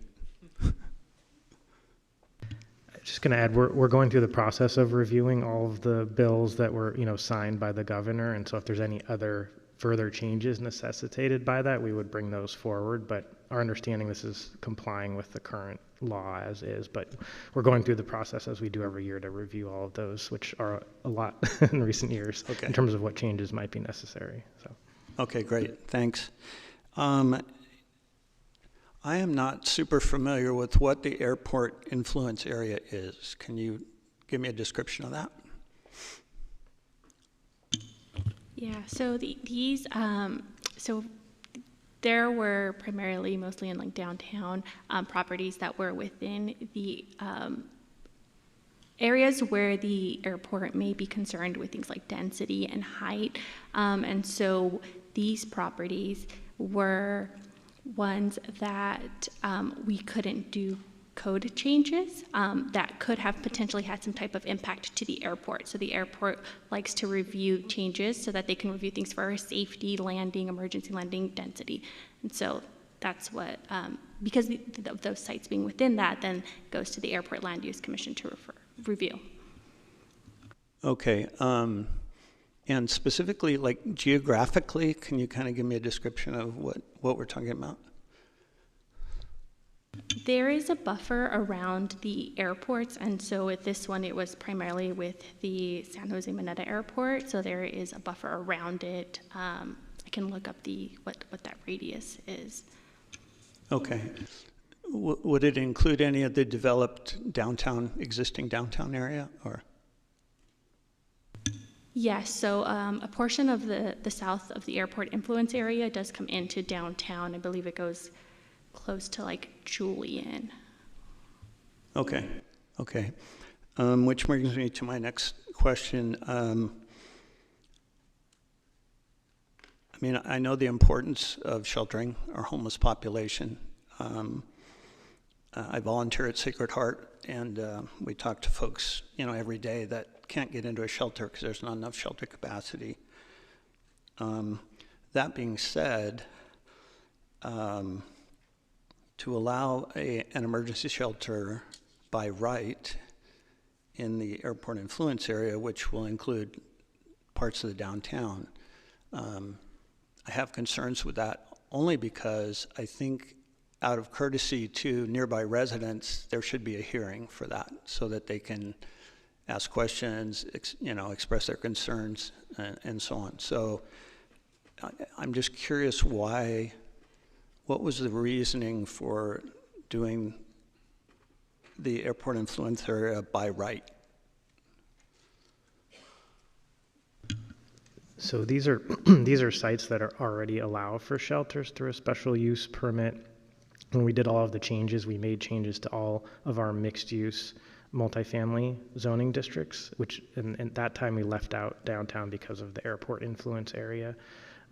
So we felt that we should be consistent and, similar across the city. We should, where we're generally permitting these already, we should allow them by right in areas where we allow multifamily, which is kind of consistent with the intent and spirit of AB 2339. So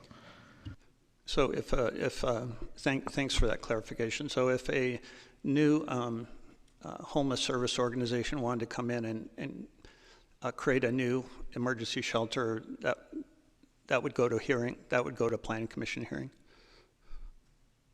It would. So the other reason we did downtown is because AB 2339 expanded the definition of emergency shelters to include low barrier navigation centers. And so there's already another state law that allows them to be permitted without a discretionary permit, and to avoid that conflict of emergency shelters include that definition. Okay. So essentially we're coming to conformance with state law on that. Okay, great. Thank you. Thank you. Next up, we'll go over to Commissioner Oliverio, followed by Vice Chair Cantrell. Thank you, Chair. We are conforming with state law, but the city is choosing to exceed AB 2339 by going to 150 beds versus 50. So I think when the last time we discussed this, that I had this concern, as Commissioner Young did, that nearby residents wouldn't have any ability to share feedback because there's no public hearings. And with that said, City of San Jose is choosing to exceed, and that's still the case here. So in our first phase, we proposed 100 beds. Right. That was the minimum to meet the capacity, and then City Council increased that up to 150. Right.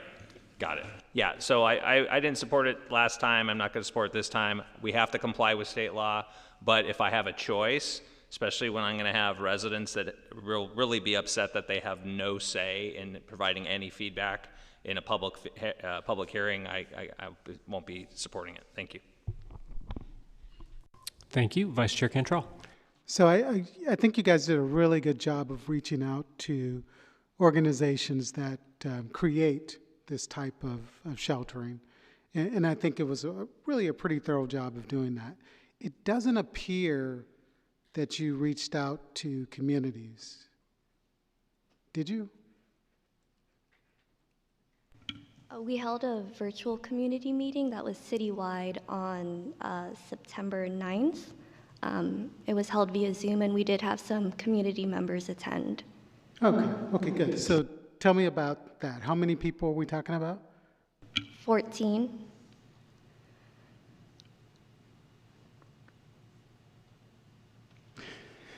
That's not even one per acre. Okay. And what was their feedback? A lot of them had technical questions about the ministerial approval process, whether they were in a zoning district that where emergency shelters were permitted by right. We clarified that we were just updating the permitting process, but emergency shelters were already allowed within the zoning districts. We navigated them to resources to figure out what their zoning district was, and we kind of answered some questions around noticing radius, outreach requirements, that sort of thing. Okay.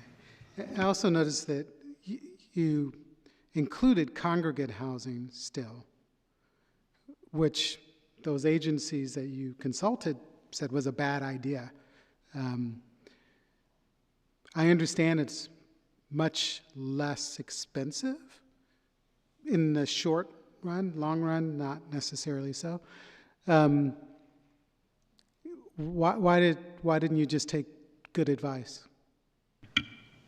So when we spoke with a lot of shelter operators, they did mention that they were trying to move away from congregate shelters, but in terms of financial feasibility, space for land, it is still a really viable option, and what they tend to opt for when they're restricted for space or finances to build individual structures. I think maybe we should change the language. It's financially viable. it's not viable for other people's humanity. So financially, it's practical. But the outcomes are significantly negative. Where's the counterbalance there?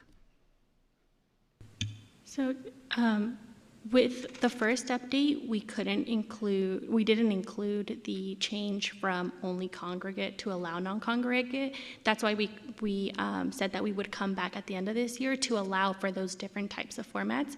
So with this code definition change, it would allow for different types of emergency shelters, so tiny cabins, modular design. So it would expand it to allow any form of building, including a series of buildings, so that it doesn't have to be a congregate shelter. Okay. So does the city manage any congregate shelters currently? I think there are 2, right? Is there 2? Not the city itself, but within the city limits, 2. How many congregate shelters do we have?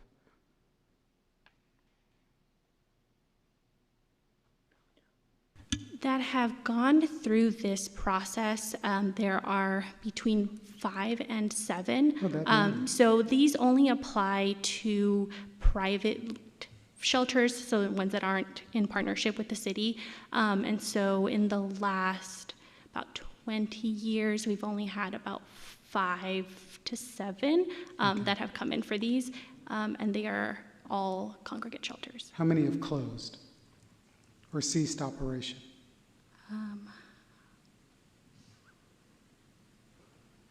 I can say that 2 have come back to expand their emergency shelters bed. I have that information of 2 that have come back to increase them, so they've had to get amendments, but we don't keep records of which ones are still open. But we have had 2 that have had interest in continuing to grow their operations. Would we be out of compliance with the state if we did not allow the creation of new congregant shelters? Yeah, so the AB 2339 has a list of the objective development standards, and so in regards to beds, the only thing we can really create standards for are the number of beds, not the types. So it's not listed under what AB 2339 says we have jurisdiction to create standards for. So maybe it's a question for the city attorney. Can we just say no more congregant shelters? Everything else is fine. Yeah, I'm not necessarily following the discussion on congregate shelters, but I just want to make sure that we're focused on this. Or we've already amended the zoning code to apply these standards, and we were waiting for the AIA item to go to council. Last week, 2 weeks ago. And so now we were waiting for that. Now we're revisiting to make sure our zoning code is consistent. So that's what this is about. Okay, so that's not part of the plan, the idea. The Right. concept of congregant shelters is already a sunk cost. Did the This work? is already baked in. Yeah. I think that's regrettable. Thank you. Thank you. I had a few questions for city staff. First, I'm very much in support of removing that 60-day maximum length of stay, increasing that to 180 days to, align with state guidelines. I've personally talked with unhoused residents who have been placed in emergency shelters and then, reached the term limit of those stays before they could be placed into long-term housing and then ended up back on the streets. So I'm glad to see that.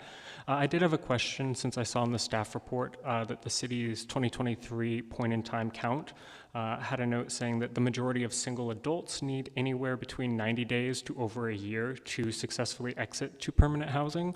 So I was curious if the city had any data in terms of how many of those individuals take longer than 180 days to be placed into permanent housing, and as well whether the city has the authority to extend these stays to longer than 180 days. Based on the point in time count, we don't have the number if it's over 365 days. HUD is the one who releases those reports and provides the standards for what data is collected. But we removed the 60-day maximum length of stay that was currently in our zoning code, and so that essentially defaults it back to the state's health and safety code. So that would be with the state if they were to extend that length of stay. And just to clarify, does the city have the authority to allow longer stays in these emergency shelters or no?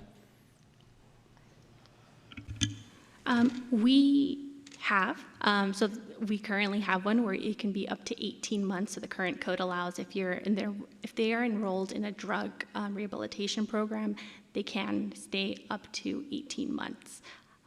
And that is one of the ones we are proposing to remove, specifically the drug rehabilitation, because it is not low barrier to entry. Thank you. I would be interested, in the future, not necessarily with this update, to see if there was a way to bring back, allowable longer-term stays, even if they don't include any, condition of ongoing treatment. I also had a question on the kind of housing first angle here with removal of the requirement around drug and alcohol recovery programs. Just curious if this is to align with any guidelines from the state or following previous council guidance, or if this is just to align with kind of best practices from experts in the field. Yeah, so when we met with the providers, especially since these are privately funded, their funding typically doesn't have the ability to provide that program, and so for them it becomes a barrier to allow people to stay, and so it was the providers that recommended that should be removed. Thank you, that's very useful. That concludes my questions. Over to Vice Chair Cantrell. Actually, I just wanted to let you know that that data from HUD is the county has it. They review it all the time. I've reviewed it with them.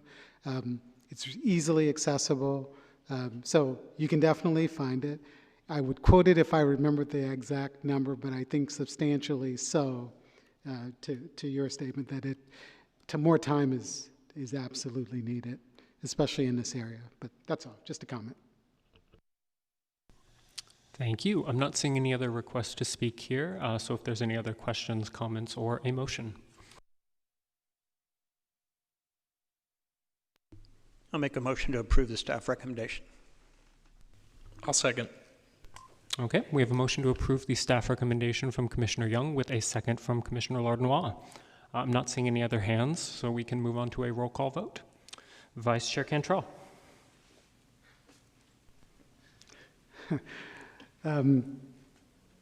Yes, but I'd like the state not to be the dictator of all of our standards this way, but that's it.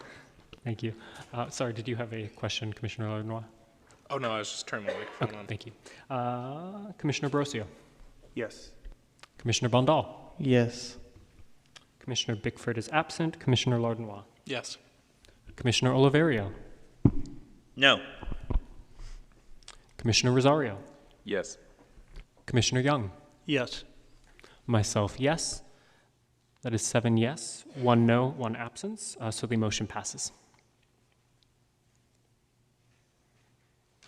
All right, and that brings us to this evening's public hearing. We have one item on the public hearing this evening, which is PDC 22-132 and ER 23-041, which is related to partial demolition and rebuilding of Good Samaritan Hospital. Before we move into the staff presentation for this item, I wanted to make a call for disclosure of any ex parte communications with the project applicant. I just want to disclose that I had one phone conversation with Darcy Green where she didn't actually say a whole lot other than she hoped that we would listen to what was said, and I said, of course I will. Thank you. Commissioner Brosio.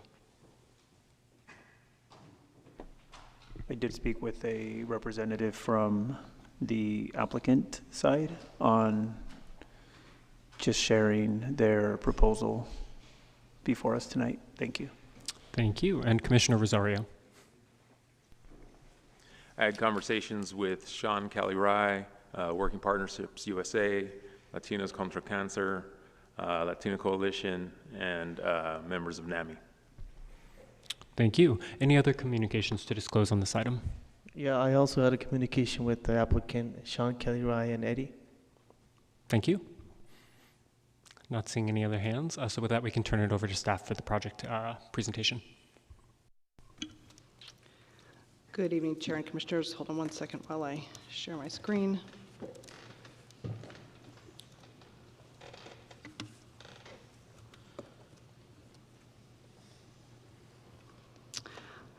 So good evening. Again, my name is Cora McNaughton. I am the planning project manager for the Good Samaritan Hospital rezoning project, file number PDC 22132. I am presenting tonight along with Bethlehem Telahun, the environmental project manager. So file number PDC 22132 is an application to rezone the site of the existing Good Samaritan Hospital to allow for a partial demolition of existing buildings and new construction of additional hospital wings and a medical office building, as well as 2 parking structures.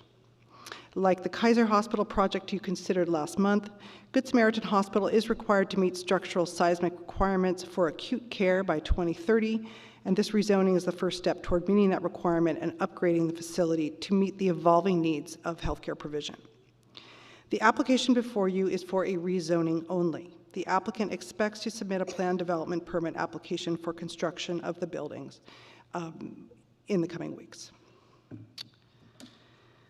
So the approximately 21-acre site is comprised of 2 lots located on the north side of Samaritan Drive and the west side of Samaritan Place. Surrounding uses include multifamily housing to the east, Highway 85 to the north, a medical office complex to the west, and medical offices to the south. And the site is also located approximately 1/5 of a mile east of the city boundaries of both Los Gatos and Campbell. The project is consistent with the site's land use designation in the Envision San Jose 2040 General Plan of Neighborhood Community Commercial. This designation is intended for commercial uses that serve the surrounding community, including hospitals and offices. The Neighborhood Community Commercial Land Use Designation allows a floor area ratio of up to 3.5. This rezoning would allow development up to an FAR of about 2.2, consistent with the land use designation. The applicant is requesting a rezoning of the site from the current planned development zoning district approved in 2002 under file number PDC 01-063 to a new planned development zoning district. While the allowed uses would largely remain the same, the new zoning would allow up to approximately 2 million square feet of floor area on the site compared to the approximately 450,000 square feet of floor area permitted under the current zoning. The new zoning district would also allow a maximum building height up to 140 feet compared to the maximum height of 95 feet currently allowed. This greater floor area is required to expand the hospital and address the need for larger private rooms that can accommodate quarantine requirements and mobile medical equipment. The proposed plan development zoning standards include design standards and would exempt the project from certain citywide design standards, including the number of driveways, the building setback distance from the property line, massing step backs, at upper floors, and building articulation. The future plan development permit application is required to be consistent with the new development standards. The rezoning of the site would allow for the following project components. Phase 1 will include the demolition of a portion of the existing hospital and existing child care center and construction of a new hospital wing, a 6-story parking garage, and a central utility plant. Phase 2 would include the demolition of the remainder of the hospital except for the women's and children's wing, which is the portion shown in white and which was built in 2004, and the addition of 289 surface parking spaces. And finally, phase 3 will include the construction of an additional hospital wing towards Samaritan Drive, a medical office building in the southeast corner of the site, an additional parking structure, and expansion of the central utility plant. To summarize, the subject rezoning is consistent with the general plan and would allow development consistent with the plan development zoning standards and city council development policies. A joint community meeting and EIR scoping meeting was held for the project on June 15th, 2023. 17 people attended the meeting and 7 people provided comments related to the amount of construction in the neighborhood, traffic and parking concerns, helicopter noise, and construction labor practices. The future plan development permit will also need to go through the public outreach process when submitted. And I will now turn it over to Bethlehem to present the environmental review. Good evening, Commissioners. My name is Bethlehem. I'm the environmental planner with PBCE, here to cover the environmental review for the Good Samaritan Hospital project. An environmental impact report was prepared for this project, And the slide shows an overview of the important milestones for the environmental review process. A notice of preparation was posted to the city website on June 5th, 2024, and a scoping meeting, as Cora mentioned, was held on June 15, 2023. Oop. Did I say 2023? Yeah, 2023, sorry. The draft environmental impact report was circulated on July 19th to September 3rd of 2024. The final environmental impact report with response to comments was posted to the project page on October 11th, 2024. All commenters were notified of the posting. The environmental document identified potential significant impacts of the project related to air quality, biological resources, cultural resources, hazardous soils and materials, noise, and transportation. With the implementation of identified mitigation measures, all impacts would be reduced to less than significant. The city received 7 written comment letters during the public circulation period. The main concerns raised included impacts to biological resources, increased traffic and vehicle miles traveled, impacts to tribal cultural resources, and impacts to public transit routes. These comments did not result in any changes to the conclusions of the analysis in the EIR. Response to comments and text edits to the draft EIR are included in the final EIR, which was posted again on October 11, 2024. And recirculation of the EIR is not required. I'll pass it back to Cora. Thanks, Bethlehem. Staff therefore recommends that the Planning Commission recommend that the City Council approve the resolution certifying the Good Samaritan Hospital Project Environmental Impact Report and making certain findings concerning significant impacts, mitigation measures, alternatives, and adopting a related mitigation monitoring and reporting plan in accordance with the California Environmental Quality Act as amended, and approve an ordinance rezoning an approximately 21 gross acre site from the APD Plan Development Zoning District to the CGPD Plan Development Zoning District. This concludes staff's presentation, and we are available for questions. Thank you. Thank you, staff. We will now turn it over to a 5-minute presentation from the project applicant.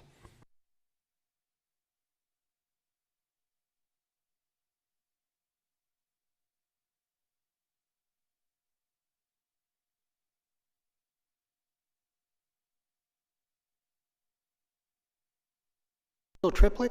Oh, there we go. My name is Russell Triplett. I'm with Perkins & Will Architects, overseeing the development of the master plan and the process with consultants and the city. Good evening. I'm Jerry Gonzalez, Commissioners. I'm the COO at Good Samaritan Hospital. And I'll start off. Next slide, please. And so I know there's we only have 5 minutes for this, so I'm going to go pretty quick on this. So we see over 61,000 ED patients that come in through our ER. We have over 15,000 inpatients that we see. More importantly, out of that, 127 million is out in charity care. These are people that are uninsured or underinsured. And then not only that, 64 million we give back to the community in taxes. If you go to the next page, really high level, I want to say the great things that Good Samaritan are doing is one of them to point out is America's top 250 best hospitals in 2024. That's out of 50,000 hospitals. That's 5%. So this is our accolades. We call it our Letterman's jacket. So we're very proud of all the quality that we give here at Good Samaritan Hospital. Russell. I'm going to give you a little bit of color, if you will, background for what we're looking at today. The impetus for this, as staff noted, was Senate Bill 9053. Senate Bill 9053 requires that all hospitals in the state meet certain seismic standards by 2030, January 1st.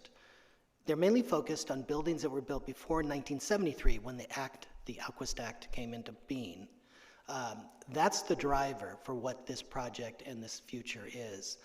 At the same time, if we're going to replace a lot of facilities on the campus, we need to look forward. What is the next step? You can see on the slide the things that we considered as we went through the project, evaluating how to really bring this project up and comply with the code. Of note, the Senate Bill 1953, what happens if you don't replace the building? If you don't replace the building, according to the law, CDPH will remove the license. That's their lever, if you will. Of particular note, the site, if you've been there, you probably know there's some very unique little courtyards, very nice areas on the campus. That's at the last bullet where you talk about 500 new trees. There's a lot of landscaping. We're going to replace all that landscaping as we need to. And I think it's really an important feature of the future campus. So one of the challenges with designing hospitals in general is they are 24/7, 365 facilities.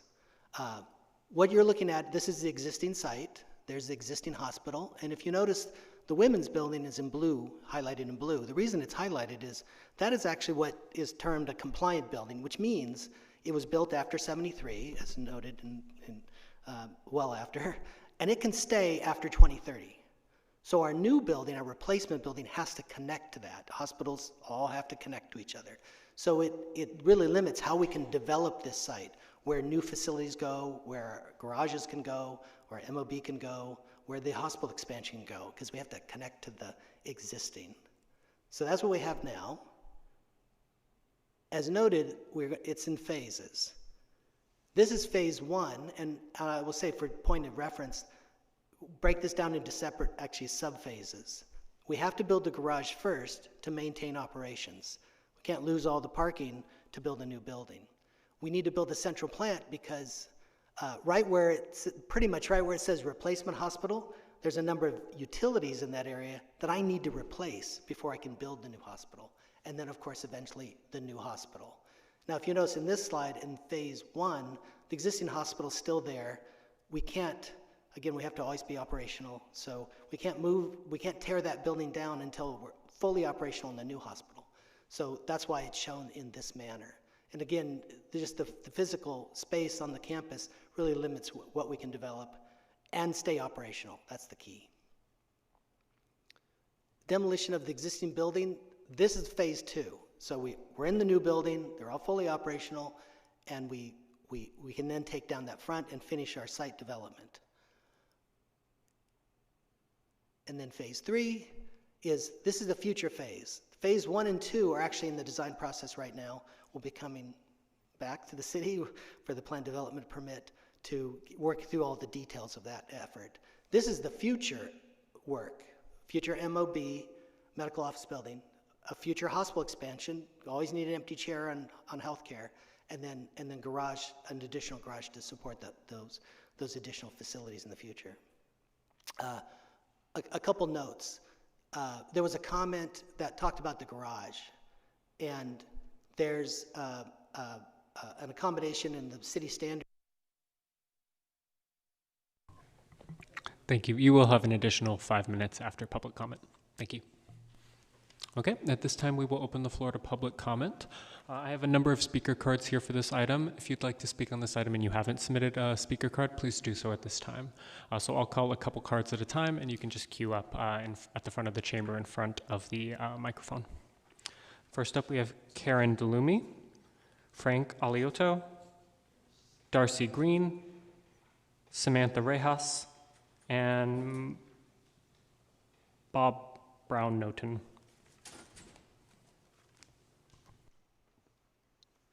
And you will have 2 minutes, and if you could just state your name for the record. Thank you. Okay. Bottom line, I work closely with NAMI. I'm a board member, but I'm here speaking for myself. Bottom line is our county has declared a state of emergency on mental health services when Good Samaritan, before they closed those beds, the acute care beds, they offered substandard salaries and then declared that they couldn't have a good facility, and they closed it. It was a work in progress. I think it's great that they want to redo the hospital, but we need those beds back. Our county needs those beds back, and they're county beds, not just San Jose, they're county. So the reason I point that out is regional. I have a loved one, again, was treated really poorly, and I'm saying that very nicely, showed up in very bad condition for mental health. They had a telemedicine psychiatrist assess this person who, if you saw him, was clearly needed to be checked in. They said, oh no, he's okay. Then I talked to them. They wanted me to come pick him up to bring him someplace else. Their services, unless it's profitable, is based on mediocrity, and then they decide to close it. That puts tax dollars of ours going towards services that they should be, if they're in our community and they want to be a player in our community. So bottom line is, don't reward bad behavior for HCA. If they want to play. Thank you. Good evening. My name is Frank Aliotto. I'm the legislative chair for DAMI Santa Clara County and a member of the board of directors. I think the plans for growth are spectacular and wonderful. The company that really wants to have the work done, however, is less than ideal. There is just as an example, recently, the county of Santa Clara bought one of their properties, the regional hospital here in San Jose, bought it rather than deal with the organization at all. I think that was great. I wish we could buy Good Sam. A little bit of background on the corporation is that they are probably the largest hospital corporation in America.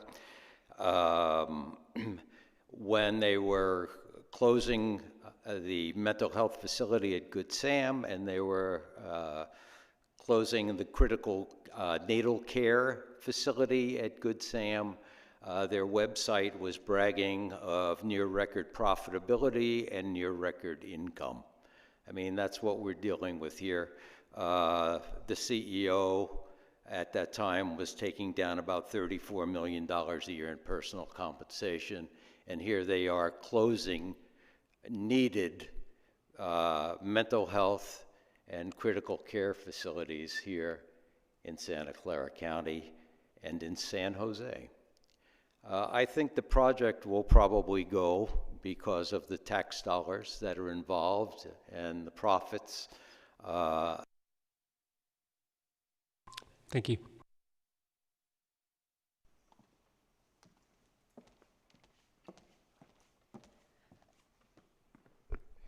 Honorable Commissioners, my name is Darcy Green, Executive Director, Latinas Contra Cancer, and member of the Rescue Our Medical Care campaign, a coalition of patients, healthcare workers, and community organizations.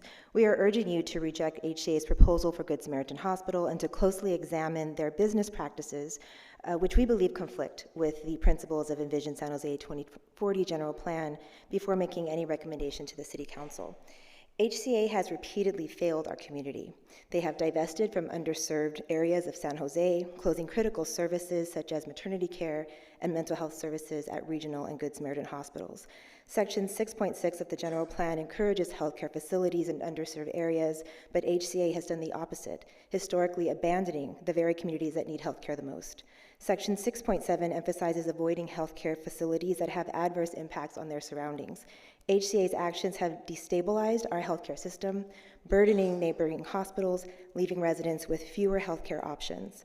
Lastly, Section 6.10, in the plan, it urges new healthcare developments to consider their impact on existing facilities and communities. HCA has disregarded this, prioritizing profits over people, leaving local government to pick up the pieces at a great cost. HCA has shown time and time again that their business priorities are not aligned with the needs of our communities. We ask that you reject their proposal until I can demonstrate a genuine commitment serving all residents of the city of San Jose. Thank you.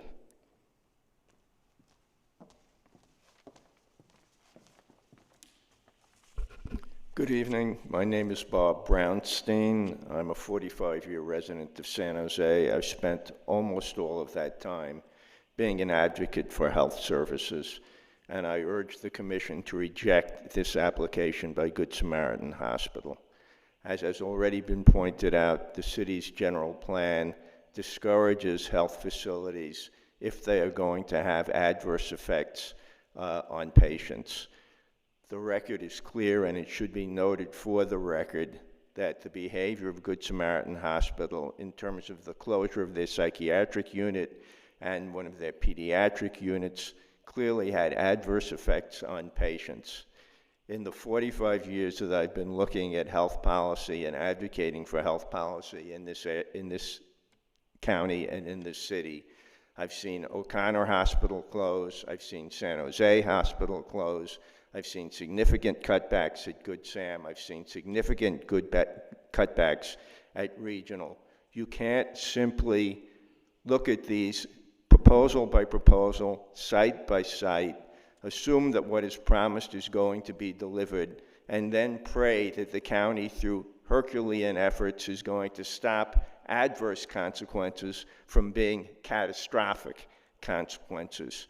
You should reach, did I run out of time? Oh, you should reject this proposal and place the burden on the applicants to demonstrate that there will be a significant change in the previous behavior so that these adverse effects will not be inflicted on the public. Thank you.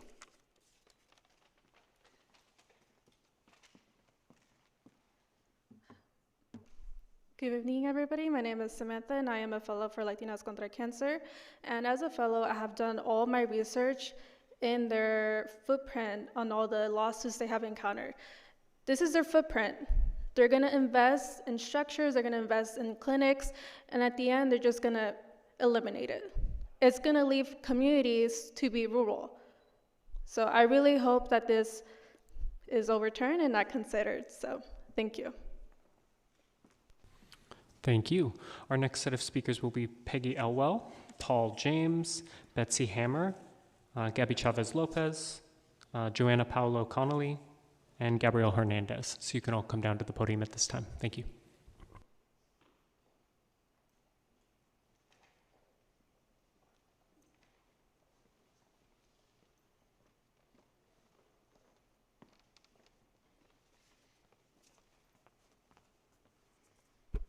Hello, my name is Peggy Elwell. I'm a resident of San Jose. I've lived in San Jose for 50 years.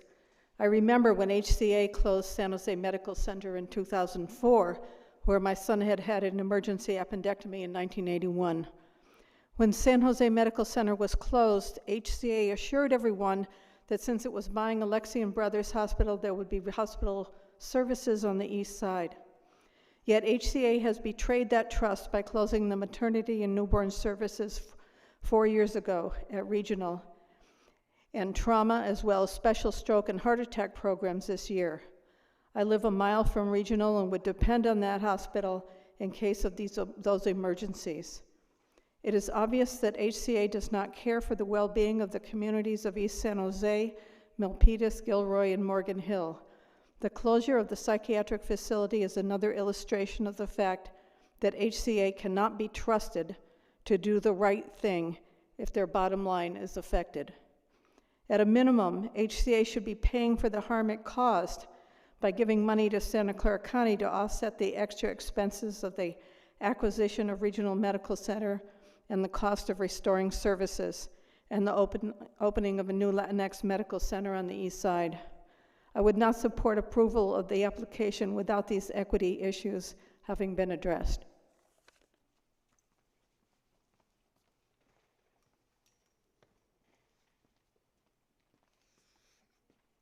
Hi, thanks commissioners and staff and those who spoke before me. My name is Betsy Hammer Carr. I'm a lifelong resident of San Jose, born, raised, and aging here. I just turned 73. This year I've had 3 health emergencies. Fortunately, the resources were available for me to get the help I needed. Please don't provide, I don't know what to call it, corporations that haven't shown that they value my health and the health of other seniors over their profits.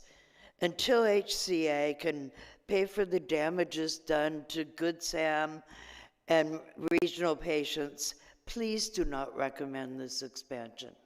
Thank you.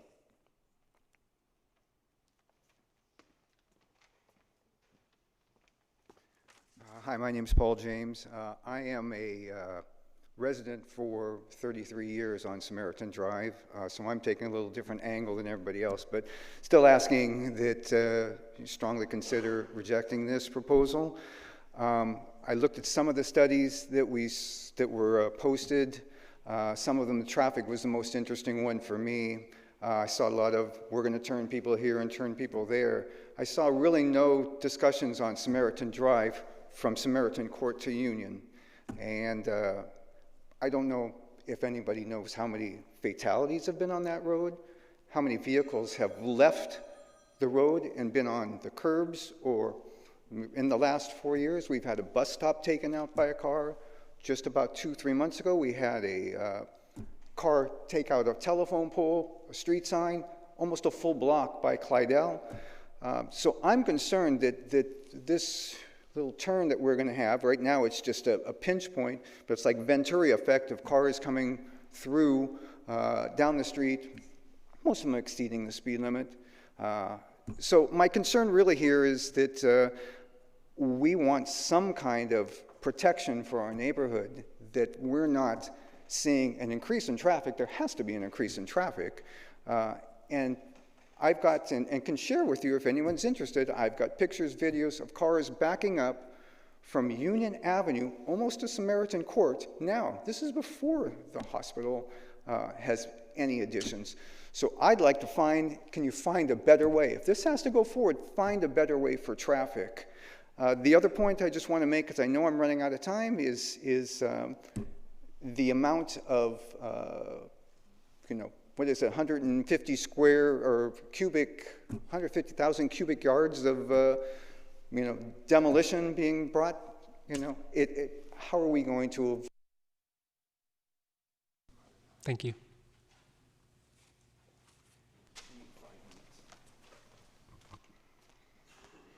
Good evening, honorable commissioners. Again, my name is Gabby Chavez Lopez. I'm executive director of Latina Coalition of Silicon Valley, and I've also been an active member of the Rescue Our Medical Center campaign. I stand before you today in support of the request to deny the Hospital Corporation of America's proposal for Good Sam Hospital. The ongoing healthcare crisis in our community, particularly affecting Latinx families, cannot be overlooked. As we know, these communities have faced significant barriers to accessing quality healthcare, and the actions of ACA have demonstrated a troubling pattern of prioritizing profits over patient care, leading to the closure of critical services and eroding community trust in our healthcare system. Just like a person, when someone shows you or a corporation shows you who they are the first time, believe them. We must consider the impacts of HCA's decisions on our community. The proposed closures and divestments have created a palpable fear among families seeking urgent care. Many Latinas who often serve as caregivers and heads of household are deeply affected when hospitals in our neighborhoods reduce services. They are left navigating a healthcare landscape that is increasingly hostile, forcing them to travel further for care, an impossible task for those already burdened by socioeconomic challenges.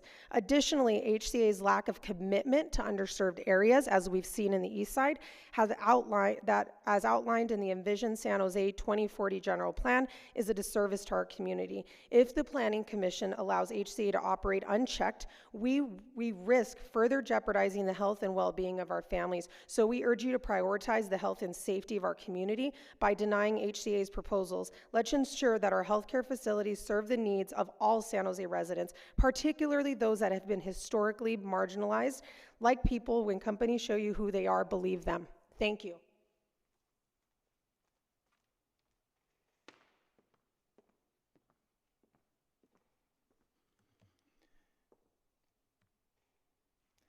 evening, members of the Planning Commission. The zoning case before you today cannot be treated simply as an isolated zoning case or a change in the planned development district designation. Because our healthcare system is interconnected, any decisions made on this particular site will have impacts on the entire regional and citywide healthcare system. Therefore, this cannot be treated as an isolated zoning case. Furthermore, it is in this commission's capacity as the stewards, as the guardians of the city's general plan, that you must consider this case. So it is, how will this case align with the general plan of San Jose that must be evaluated before making any decisions moving forward. Third, this applicant has been a proven bad actor in this community and has a track record of being unreliable. So when this applicant talks about forward-looking decisions or plans for the future, there is no reason this commission should take this applicant's word at face value because of this applicant's track record in this community, as demonstrated by many comments already made tonight. So thinking carefully, taking the time to evaluate what is written in the general plan about hospital and healthcare facility location is going to be vital, and we urge this commission to take the time needed to seriously consider this. This is not an isolated zoning case. This is about the future of our healthcare in Santa Clara County. Thank you.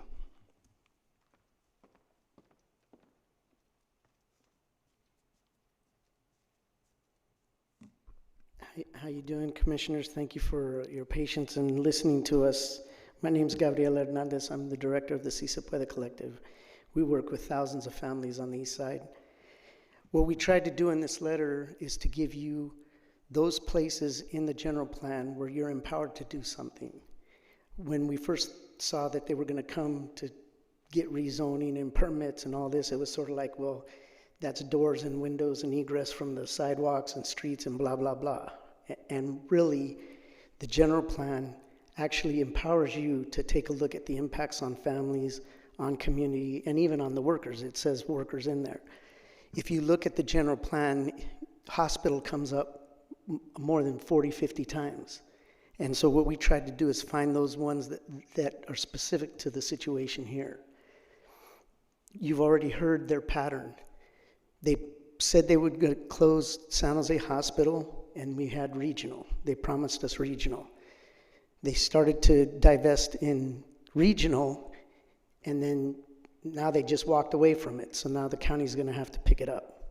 They're beginning to divest in Good Sam, and they're telling you.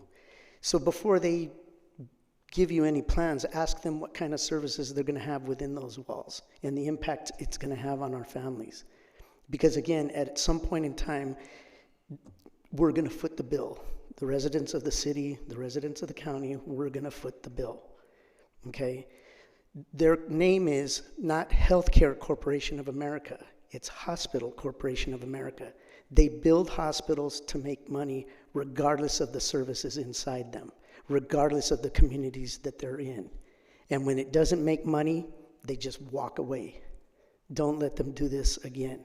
Or tell them to leave, and we'd be fine with that. Thank you. Thank you. That is all of the speaker cards that I have here. If there are any other members of the public who haven't already spoken who'd like to provide public comment on this item, please come down to the podium at this time.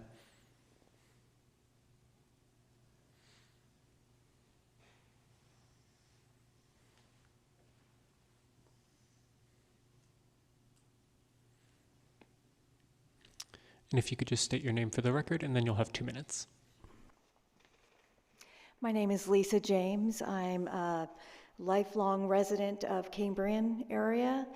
I'm extremely concerned about this project and how it's encroaching on our neighborhood. The parking on our street has already been taken away, and there's nothing we could do about that. So, you know, there's this beautiful little community that is being trampled on.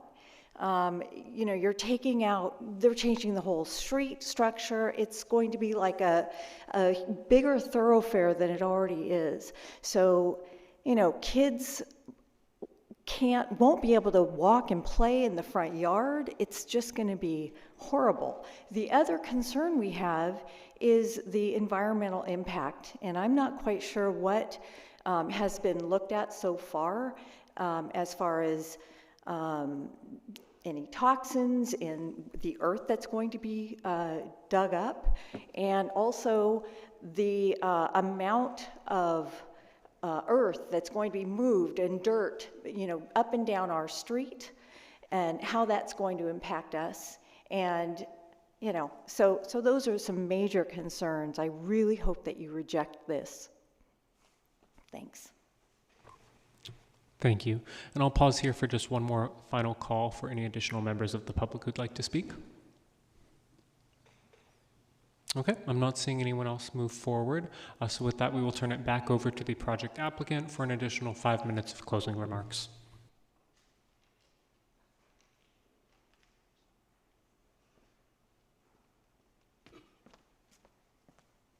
Thank you. Thank you. Just a few clarifications. Most of the project, while it certainly looks bigger for the hospital, it is mainly a replacement. The bed count is approximately the same as it is now. The main expansion is actually the future medical office building. That is certainly an expansion. There is no MOB at the site currently. But the hospital itself is, even though it's way bigger, it's bigger because of, as noted, modern healthcare. The size requirements are very different than they were, 40 years ago, 50 years ago. So as we talk about impacts, that's something to consider. There was a comment about height limitations and some of the standards that we're asking to be kind of adjusted, if you will, as development standards for the property. There was a question about the garage, and the reason I bring it up is it was a very good question. There's a step back requirement, as I'm sure you know, for properties, and for the garage, we actually comply with the current standards. The garage is about 55 feet to the top deck, and about 71 feet or so to the top of the elevator, override the stairs, those kinds of things. Those are all behind that step back requirement from Samaritan, and I'm talking about the garage on the east side from Samaritan Place.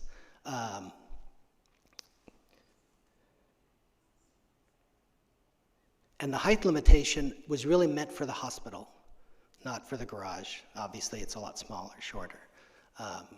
So to put things a little bit in context of the development standards that are being applied are to address the unique conditions of, in this case, the height of the hospital. The step back really relates to the property line there. You can see it, and it takes a little jog there at the where the future MOB would go.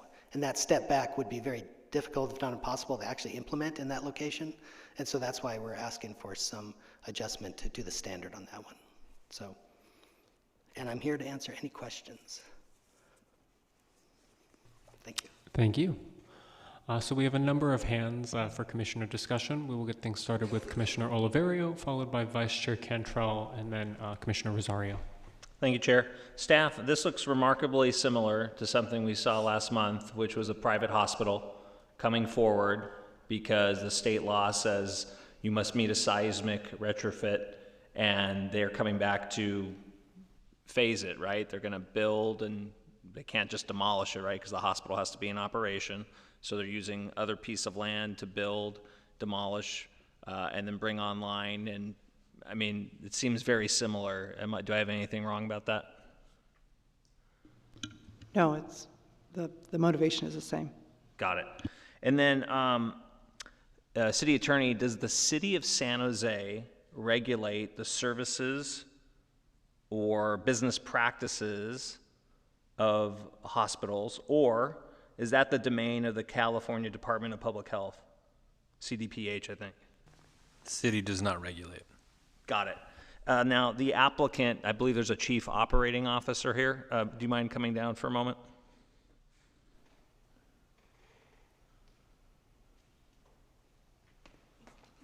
Good evening. So, as a layperson, can you tell me how the state agency regulates what services hospitals provide in California? Do they say that, you must offer cancer care, you must offer prenatal program, you must offer, any variety of medical services, or is it do what you want? How does it work? It's not pretty much do what you want, but at the end of the day, we want to provide a great service to our community.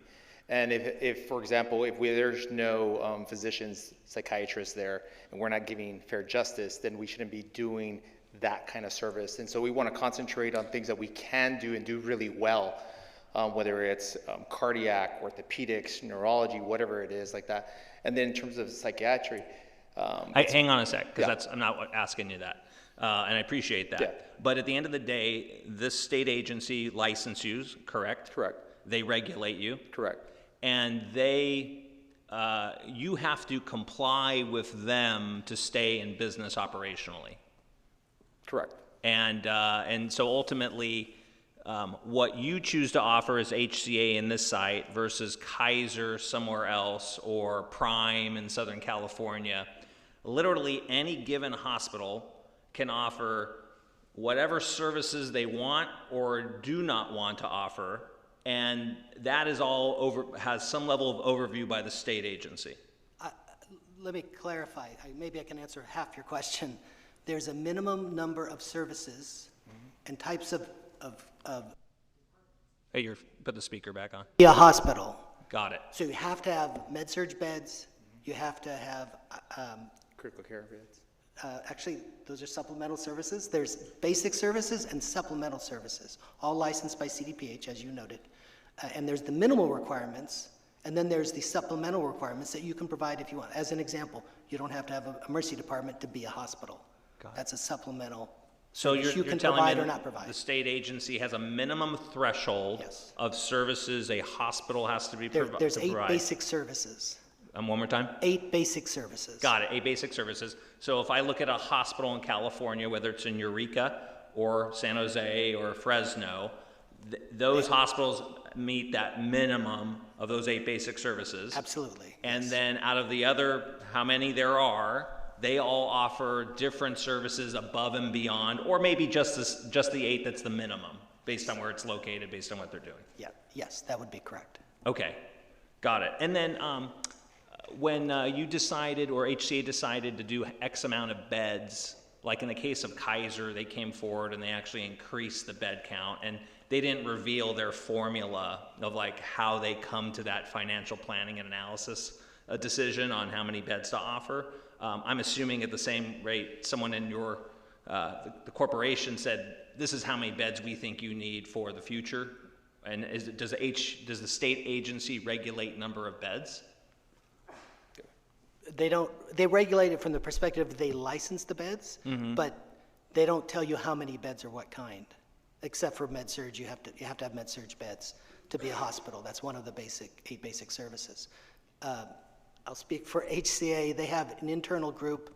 Not every hospital system does, but they have an internal group that does bed projections, service projections. There's what kind of services, what are the demographics in the community, what is the need, can we fill that need, et cetera. So that's an internal group at HCA who does all that.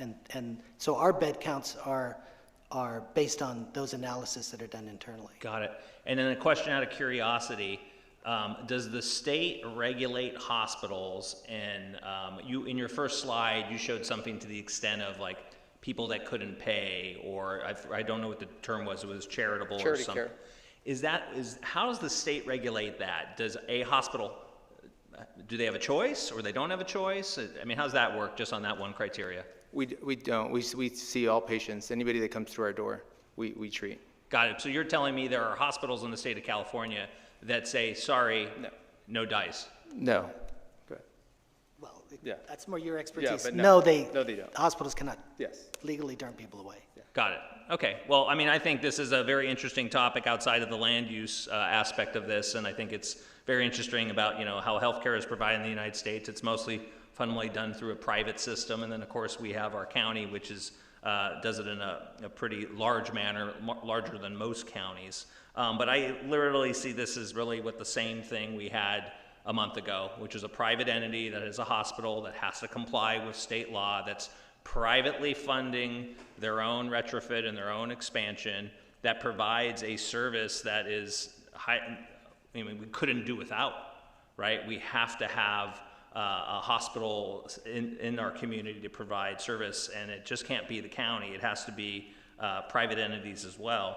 So, and I know you made the argument, and I certainly made the discussion last time this came forward about the actual benefits to the community as far as tax revenue and employed people and people that are paid above average based on unionization of hospitals and healthcare, and whether there's an agreement or disagreement on that. And I know a lot of members of the community came out that are very passionate about healthcare, but ultimately this is a land use decision.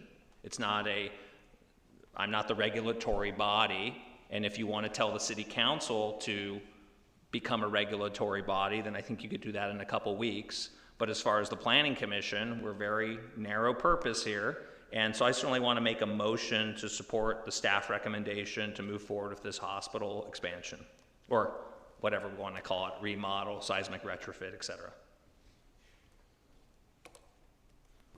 All right, we have a motion from Commissioner Oliverio to approve the staff recommendation. Do we have a second?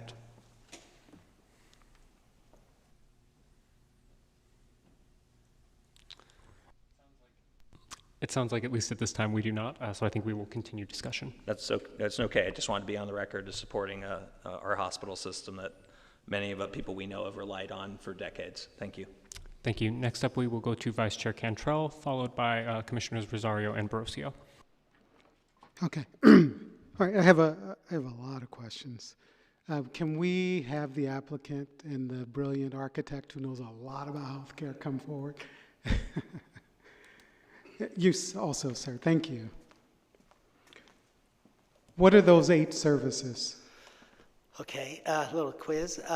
Med-surg beds, surgical services, anesthesia, dietary, administration.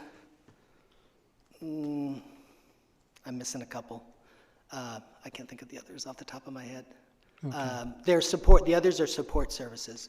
The core, what I'll call the core. Oh, imaging. Okay. So the clinical services, imaging, surgery, anesthesia, and med-surg beds. Okay. Those so are it makes, and the other 4 are supportive. Okay. So it makes basic care safe. That's basic, the idea. basic care. Those are the minimal requirements. Okay. Everything else is what's called a supplemental service. Like I said, ED supplemental, ICU supplemental, whatever. Okay. All the other. Thank you. I appreciate that. Just for clarity, 500 net new trees or 500 over trees? 500 trees. If you drive by, you may think there's not that many trees here, really. Actually, the back of the property is like a grove, and so we need to replace those as we go. Okay. And so the replacement is over and its full build out is over 500 trees. So, question: 500 net new trees. How many net new trees? We lose a lot of trees. Yeah, so just to interject here, I believe it's 201 net new. Thank you. Thank you. Yeah. Thank you. Yeah, You're brilliant. Okay, so I want to just get to the crux of a few things. Can you bring up your presentation again? I think it's slide number 2.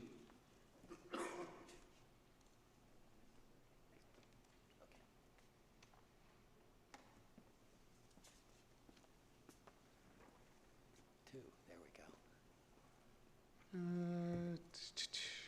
Yes, that is the one. Okay, so you mentioned your charity care and your taxes. Your charity care is tax deductible, correct? That's correct. Okay, so you pay less taxes by providing charity care? I believe so, yes. All right, and if you're willing to illustrate to us how much you give to the community, how much do you earn? What are your profits? That I didn't come with. I did not come with that. The COO has a pretty good idea of what the profits are for their organization. Right. That's how you control it. That would be my chief financial officer.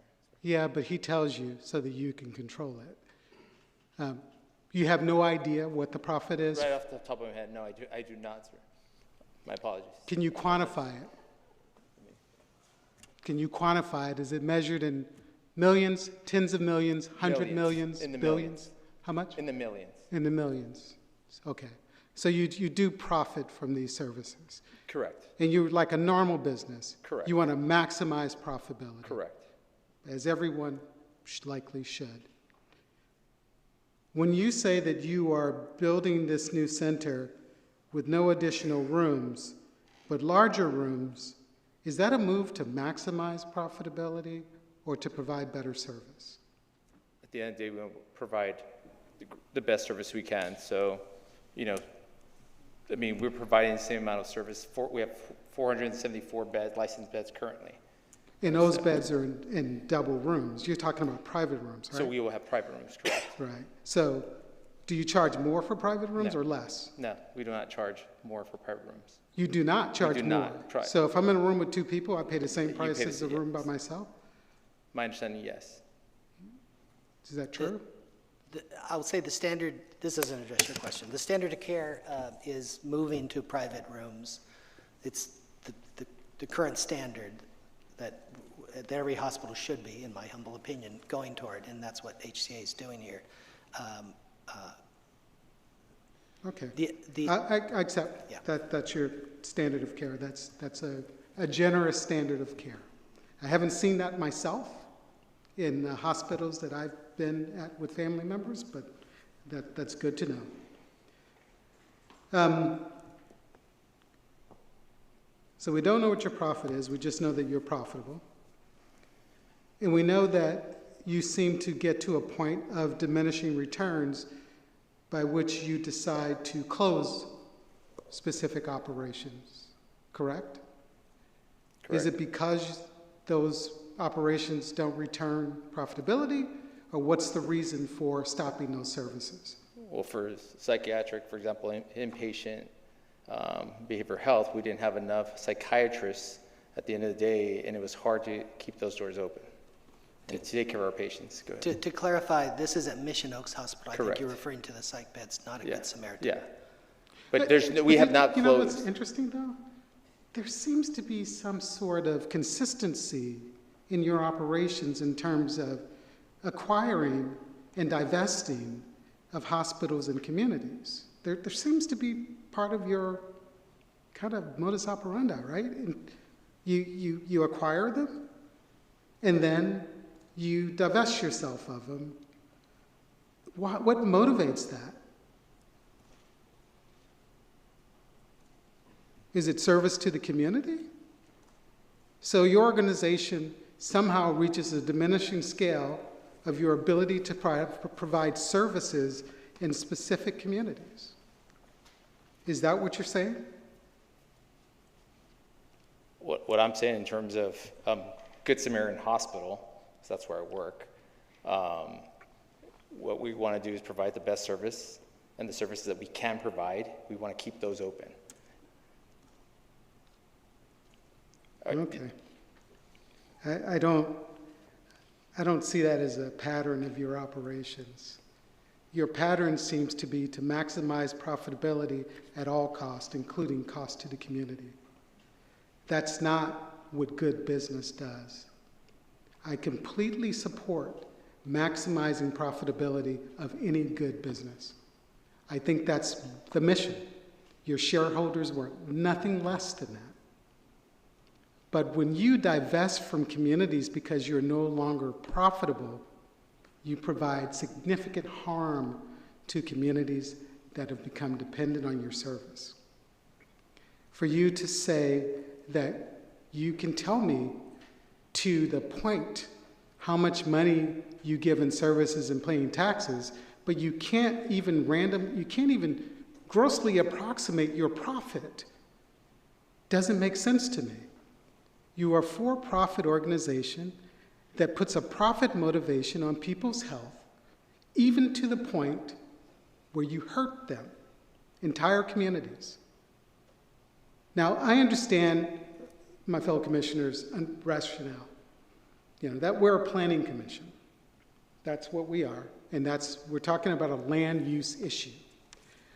But I will not be part of watching something morally reprehensible take place in front of me without at least making it clear to our communities that we are aware, that we see what's happening here. I want you to take something with you.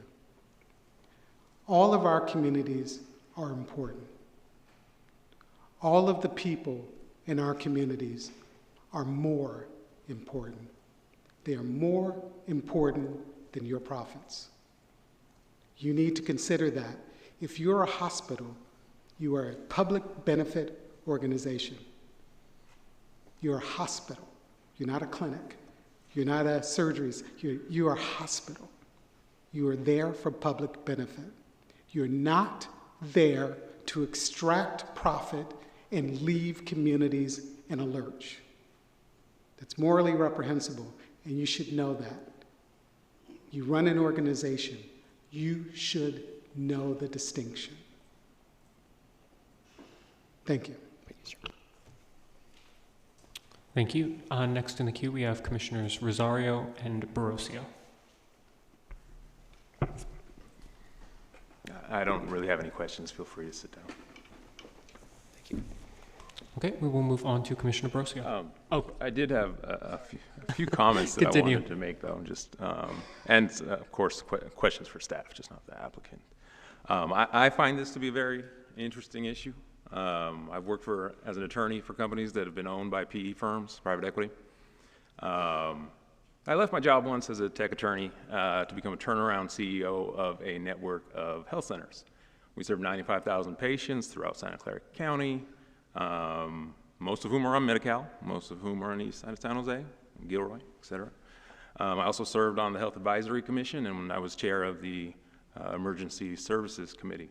That's kind of like where I'm coming from, at least my perspective.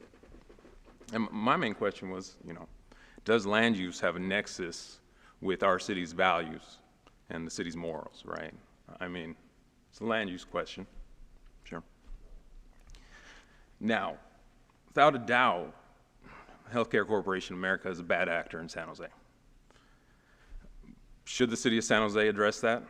Typically, counties run healthcare. That's the way this city works, county works, federal government, and the state, right? So we've already heard about the divestment in the city by HCA, San Jose, regional, some portions of Good Sam. So if you get a stroke or a heart attack over in East San Jose, it's going to take you longer to get to a hospital. So just bear with me for a second. So I was kind of looking into this, right? So HCA was founded by Thomas Frist from Tennessee, and richest family in Tennessee, about the most expensive house in Tennessee. Now, I have no problem with folks making money, and I really don't have that much of a problem with private equity in general. I think it's growing pretty fast. But what I do have an issue with is private equity in healthcare and what it's kind of been doing to the American healthcare system. The Journal of American Medicine say it's a terrible mix. So does the FTC, the DOJ, Health and Human Services, and they've launched investigations into private equity in healthcare. HCA is a publicly traded company. Their largest shareholders, according to their 10K, is Hercules II. Hercules II, whether or not that's a private equity firm, has been owned by Bain Capital, Bain Hercules, KKR. There was a movie about KKR back in the day, right, called Barbarians at the Gate, and the subtitle of that movie was, "After they eat a power breakfast, they're going to eat you for lunch." And in my opinion, HCA has just been eating San Jose for lunch. They've, as Commissioner Cantrell pointed out, buy hospitals, divest services, particularly in areas where you see more Medi-Cal patients. I think we're going to hear tonight that, we've heard tonight that Good Sam, if we don't vote in their favor, they're going to close in 2030, possible. But who knows what the county will do, because the county's already using our tax dollars to pay for what HCA has done with regional, at least when the sale is complete. Are the feds going to do something about it? Well, Senator Bill Frist of the Frist family from Tennessee certainly didn't do anything about it when he was in office. Former CEO of HCA, Senator Rick Scott from Florida, I don't think that's on his priority list. And so I guess what I'm trying to say is the people that run and own HCA are the feds. So I think HCA has systematically worsened the healthcare industry in this city. I have no problem with PE, but I do have an issue with that money being made off the health of the people in our city. If we're trying to be one of the best cities to live in this country, I don't think HCA is helping that. Based on its patterns and practices, I don't think HCA is going to be beneficial to the city moving forward past the 2030s. I kind of think people that think otherwise are foolish. As the wealth gap grows, we're going to see more people on Medi-Cal. That's going to creep over towards Good Sam. And then what's Good Sam going to do? Frankly, I would like to see HCA out of San Jose. Thank you. That's all. Thank you. Next up, we will go to Commissioner Borosio, followed by Commissioner Young. Thank you. Staff, quick question. I know for beds, we got the net gain. What's the net gain for parking? Because I know that's a concern of the community. Can you restate that? Sorry, you're referring to the net gain in the amount of parking? Yes, because I know they have surface parking, a garage maybe, but they do plan to build a garage and include more surface level, but I don't know at the end of the day what's the gain. And I think hearing the gain may be positive for the community because people going to the hospital won't park in the community, but will have ample space on the lot. So the number of spaces that they will be permitted to provide on the site will be 2,179. Russell, do you have a number for the existing number of parking spaces?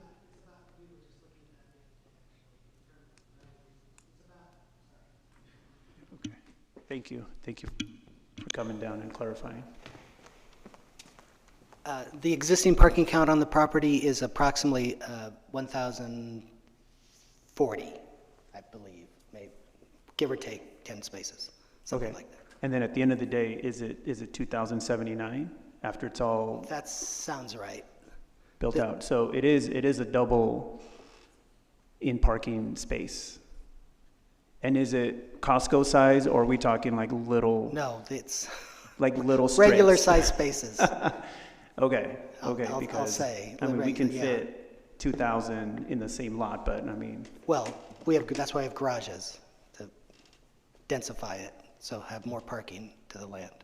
Okay. Because we can't, we need to maintain a certain amount of parking during the construction. That's why that's one of the reasons we need to build a garage as the first phase, so we can have parking while we take parking out to build a building. Right. And in terms of, and thank you for being up here as a principal architect, would you be able to share how the current traffic flow is according to maybe where the driveways are situated? And is there any plans to move the driveways? Because what I'm hearing is that there's sometimes some backup or just some issues in traffic. I don't know if moving how people enter and exit may resolve that. The main entrances remain on Samaritan Drive, I can say that. The ambulance entrance, ED's in a different place, so that gets rerouted to a new driveway. Parking structure is in a different, there's a parking structure to get in and out of. So yeah, there are different driveways. They're in different places. Okay, and is there any plans to incorporate what the community has shared in terms of avoiding some traffic congestion and possible, accidents? I referred to staff about, there's a requirement for a traffic calming relative to design in the later phases. They can probably say more better than I can. Thank you. Hi, Liz Koki, Public Works. So the project will be on Samaritan Drive along the project frontage. It will be reducing the 5 lanes to 3 lanes. So we'll be pushing out the curb on the project side to construct a bigger sidewalk, buffered bike lane, and a park strip. and then along Samaritan Place. So that will reduce the travel lanes from 5 to 3 along Samaritan Drive to help with traffic calming. The project will also be installing a traffic circle or roundabout at Samaritan Drive and Samaritan Place. The traffic report did not warrant a signal at that intersection, but based off of our analysis, we believe that the roundabout will help with the flow of traffic at that particular intersection, especially with the parking garage that will have entrances along Samaritan Place. So those are some of the improvements that the project will be making. Perfect. Thank you, thank you. And my last question, I think your co-presenter, I forget your name, if you can restate it, I have a question about hospital operations. Hi, my name is Jerry Gonzalez, COO. I'm sorry, I missed your name? Jerry Gonzalez. Jerry Gonzalez, okay, thank you. Pleasure to meet you, thank you for being here. Like you heard from some of the community members that there were some issues that came up in another hospital. You know, like we want to avoid patterns, right?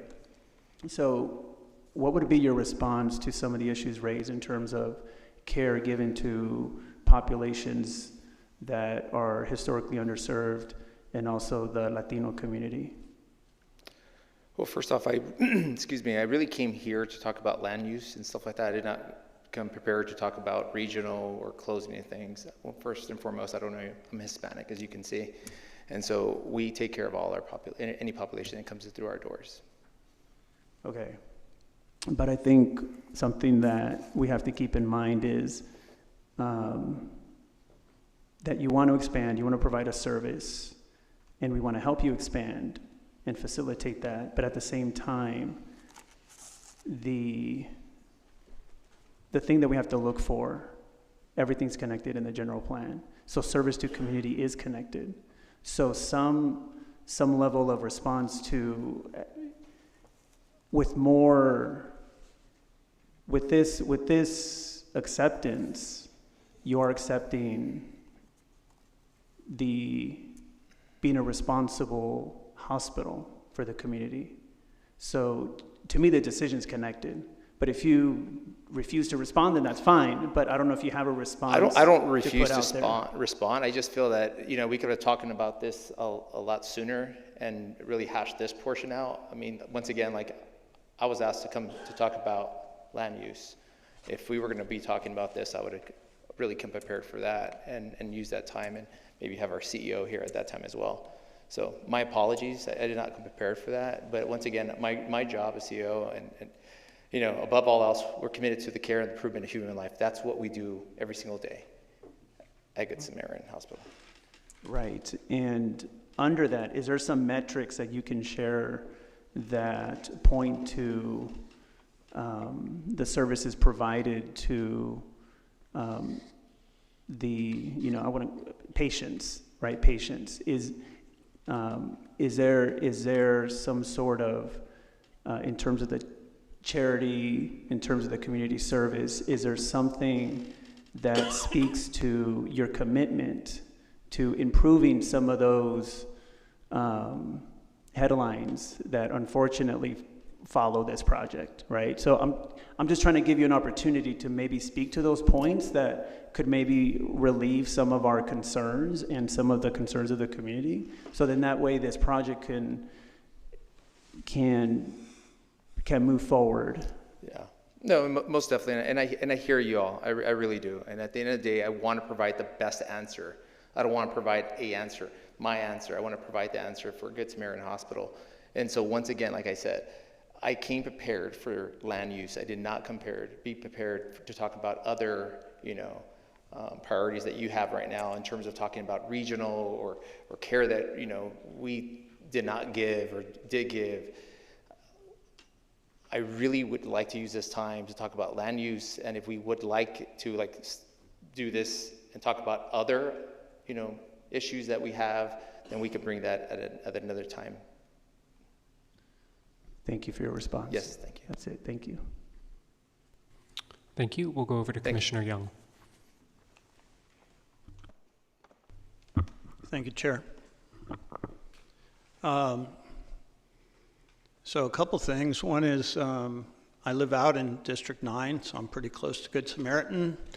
My youngest son was born at Good Samaritan in 1985. That kind of dates how old I am. Before HCA took over Good Samaritan. We love Good Samaritan, went a lot. My wife worked at Good Samaritan. She was there when the transition took place to HCA. She was very disappointed in what happened. The emphasis there turned from caring for patients and the community to making money, basically. So, you know, I think Commissioner Rosario did a really good job of talking about the problem of for-profit healthcare, of which there are, you know, many companies, and I would say some do a more conscientious job than others. There's nothing wrong with making money, right? We know the shareholders expect that, but you can do that in different ways. You know, I am sensitive to Commissioner Oliverio's point that, you know, we review land use decisions. And I understand why the staff recommended approval. But I think in this case, there's some other things we need to consider. One is that, you know, the Commissioner Oliverio mentioned the Kaiser project, which came before us a couple months ago, compared to this project, and he said there's not really any difference. And on the surface, I would agree with him. However, I think if you look at the response that we got from community members and others to the Kaiser project, which was overwhelmingly positive, compared to the response we've gotten this evening, and I'd like to thank all the folks who came, not only the residents, but the advocates, the healthcare advocates. I'd like to thank you for coming and the comments you made. So I think I think the response to the Kaiser proposal and the response to this proposal are very telling. You know, I worked my career in fire service. We did a lot of emergency medical services. So I've talked to all the way from firefighter paramedics, all the way to people in fire EMS, up to county EMS, and I've never heard a single positive thing said about HCA. Never. They closed the mental health facility at Good Sam. That's a tragedy. As someone who, you know, struggles with mental health issues myself, we need more inpatient mental health, not less. Closing the trauma center at Regional. Horrible, right? That left basically all the folks on the east side of San Jose having to be transported to Valley Medical Center, which was already at or over capacity, or Stanford, right? So horrible, horrible decision on HCA's part, and you know, closing the pediatric intensive care unit at Good Samaritan Hospital because it wasn't profitable. Okay, again, that's another example. So what are we to do as a planning commission? Do we look at this as a land use issue? Do we look at it as a health care issue, which looks like outside our purview? But I'd like to thank the folks from the Rescue Our Medical Care campaign, because they make a very good point. And that is, how does this project look in relation to our city's general plan? Now, when I was being interviewed for this position by my council member and their chief of staff, I said, what is the role, you know, what is my role? And they said to me, to make sure that projects comply with the general plan. That's our role. And I think the advocates have raised some good points in their letter about this proposal by this company, by HCA, is not supported in 2 or 3 different areas of the general plan, and I would refer my fellow, commissioners to their letter. So I understand the hospital needs to be replaced, and with respect to the residents, I understand your concerns, but understand that you live near a very large hospital facility, which at some point is probably going to be, replaced or revamped. But I cannot support this proposal coming from HCA. So I'm going to make a motion that we deny the staff recommendation. Second. All right, we have a motion from Commissioner Young to deny the staff recommendation with a second from Vice Chair Cantrell. We still have a couple hands up, so we will go over to Commissioner Lardenois, followed by Commissioner Rosario. Thanks. And actually, if I could ask for point of clarification, so is that to recommend to City Council denial? Correct. Okay. Okay. Yeah, so I agree with a lot of the things my colleagues have said tonight. I don't want to spend too much time repeating them. But I do want to thank the folks who have come, sent us letters, come here to speak tonight. And as Commissioner Young referred to, it is very helpful when we get feedback about a project framed in terms of the general plan. That's not something we generally get from the public. Obviously not required, but I really appreciate folks doing their homework on that. I have some questions for staff briefly. So my understanding is tonight we're considering the rezoning, and then there will be 3 phases of construction, and each of those will require development permits. So with this rezoning, would those development permits just go to a director's hearing? So, yeah, so if we approve the rezoning, they can get a PD permit. We're not exactly sure if they can theoretically design all 3 phases in one PD permit and come forward with one. Sure. But yeah, typically, but that's their stated plan. Yeah. They could theoretically do each phase as its own PD permit. But yeah, that's generally you get the PD zoning approved by, recommended by Planning Commission, go to City Council for a decision. After that, any type of permit technically would be a PD permit that's done at the director's level, of course, appealable to the respective bodies. Right. But so, in general, assume, like, setting aside the issue of potential appeals, like this, the rezoning is where the public hearings are being held for this project. Director's hearings are public hearings? Well, sure. But in terms of going before the commission body and City Council, this is, yeah. Right, yeah. Thank you for clarifying, John. And then, yeah, as Commissioner Young alluded to, we received a letter from Working Partnerships USA that addressed, framed their criticisms in terms of the general plan. There's also a letter from, what was the organization when you were citing, Commissioner Young? It's from Rescue Our Medical Care Campaign. Right, okay. And I don't recall if those 2 letters had any differences in terms of their general plan analysis, but I'm curious, I'm sure staff has read those letters, and I'm curious what staff's response is to those issues raised. So in general, we did read those general plan policies. In looking at those policies, it's more putting on the onus of the city when deciding to make land use decisions about either creating policies in terms of general plan, zoning, or neighborhood business district and urban villages that encourages locations and that would help facilitate good health care. Most of the policies kind of looked at that high level, more than less than actually getting into the specifics of each of those health care. It's kind of why staff has recommended approval, right? I would say that if the Planning Commission wants to move forward with a motion for a denial, they can make alternative findings otherwise to support their motion. Also, can we clarify, staff had 2 recommendations. There's one on the environmental and as well as one on the actual rezoning. So there are options that you can choose. You can either recommend denial on both.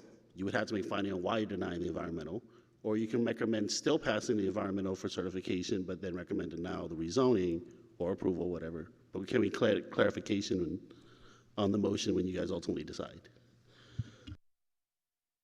Thank you. That concludes my questions, but yeah, I want to ask that we clarify the motion as John alluded to. I guess Commissioner Young. Yeah, thank you. My motion was to deny both at this time. Okay, and just to clarify, that is the understanding that is shared from our second. Yeah, I'm willing to consider a friendly amendment that only denies rezoning. I think personally, but not with preponderance of evidence, that there are some issues with CEQA as well. I'm pretty sure removing that much dust, that much dirt, is going to have a really detrimental impact on those neighboring communities. But I'm willing to remove that if there's a friendly amendment. And then just to clarify with staff, if we were to recommend denial of the EIR, that would also then require findings to be added to the motion. Is that correct? Yeah, so if you're going to do that, staff's, this is, the EIR was done consistent with our policies as we evaluate other projects. So typically we would recommend that. However, there is a portion of the EIR about consistency with the general plan. So theoretically, you could, under that clause, kind of make the findings that way. But I have seen in the past where they recommend approval of the environmental document and deny a project as well. And might I just kind of add a little piece of clarification? Maybe what we're talking about here is a motion to not recommend the rezoning ordinance, and then being silent on the EIR. It's basically you're not recommending it, but we're not talking about findings, because we haven't talked about any environmental impacts tonight associated with the EIR, and I would be remiss to kind of say we shouldn't go down that path. But if we said we recommend a motion to not recommend approval of the ordinance to rezone, and that's a legislative act. You don't necessarily need the findings, but you can say because it's inconsistent with the general plan due to adverse impacts on health. No, that sounds great. So I'll amend my motion based on what our attorney explained. And I'll second it. Thank you. Next hand we have here is Commissioner Rosario.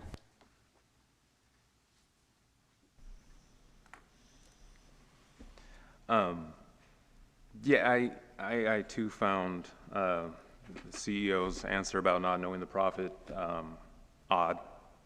Someone who's bought and sold health clinics, I would be very shocked if my COO didn't know the profit. I mean, COO has to work with CFO to prepare the board packet. It's right there. And also, obviously, we can look up HCA's profit online.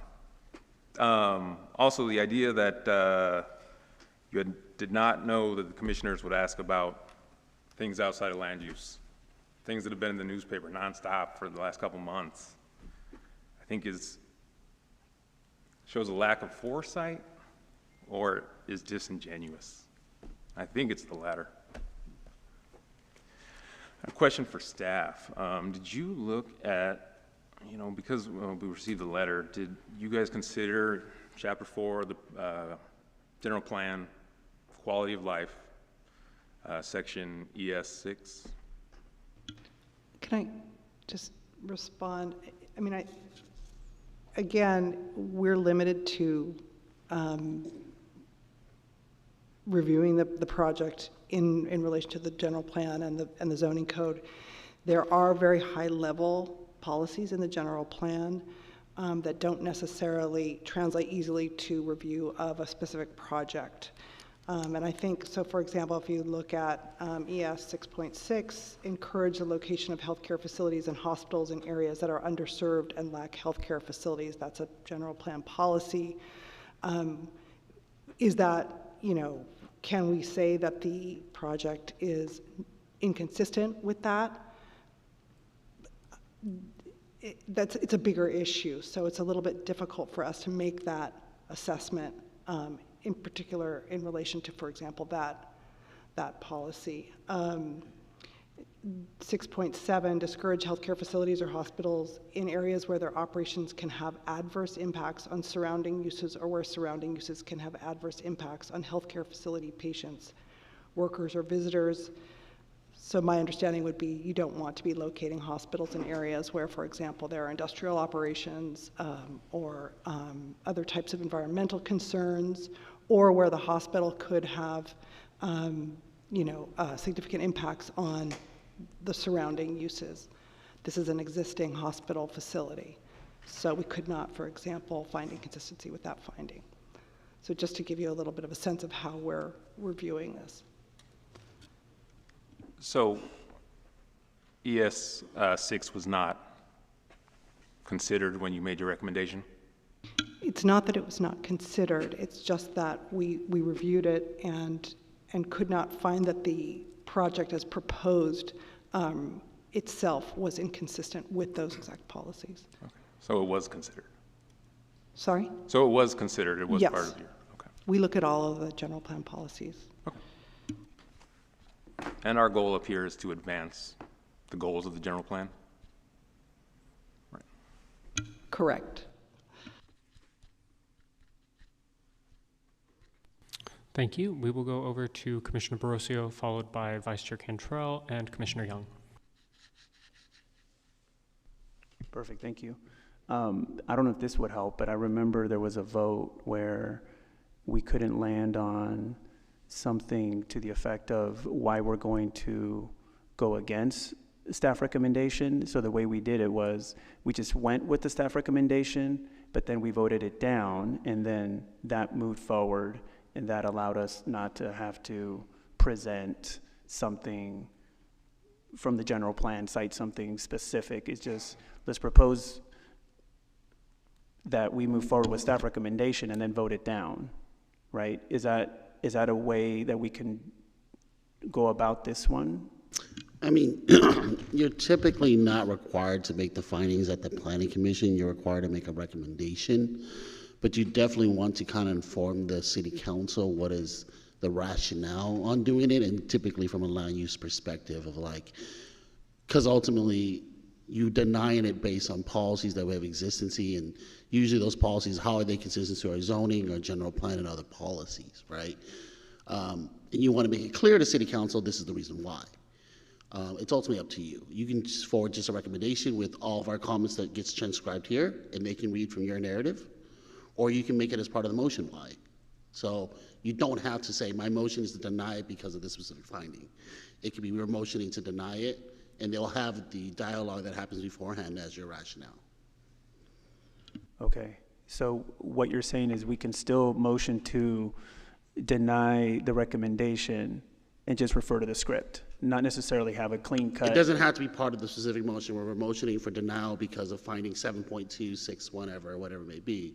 It'd be a motion just for denial, and the rationale has already happened in the discussion you guys are having now. So it could be, they would say, if Commissioner Barocio, you wanted to say, I think it's inconsistent with 7.1, Commissioner Young says it's inconsistent with 6.2, you don't have to get a consensus in your motion, but it'll be in the record of what you guys stated for your motion. Okay. So that's what I mean by your motion can just simply be the motion, not necessarily the specificity of the finding. Right, okay, perfect, thank you for the clarity.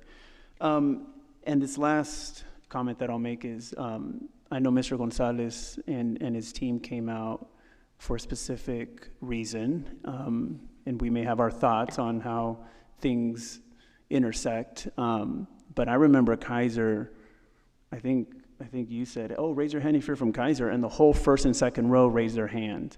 So they sent you out with a small team. Your PR, your COO, you are the CEO, and you're having to represent the whole organization. At the same time, there are some questions that I think should be available, top of mind, maybe from the last quarter, I don't know. But at the same time, at the human level, I think your team was small today. And I think that's a reflection of powers beyond you. And I think they could have, should have, maybe at this point in the discussion, maybe in retrospect, they should have sent out more people that can speak to some of the things that maybe they should have anticipated coming up. Maybe not necessarily related to land use and CEQA and all these other things, but at the same time, expect community input at this point. Excuse me. Even though letters and Zooms may have happened, your team, your organization should have sent more people. And that's it. I just want to see the human side on your side, and I know you carrying this message forward to us is a big ask, and it is under your job description and to explain architectural things as well. But at the same time, I'm just going to say that out loud. Like, your team should have shown up, and they didn't, but I still commend you for coming forward and saying what you could say. Thank you for that.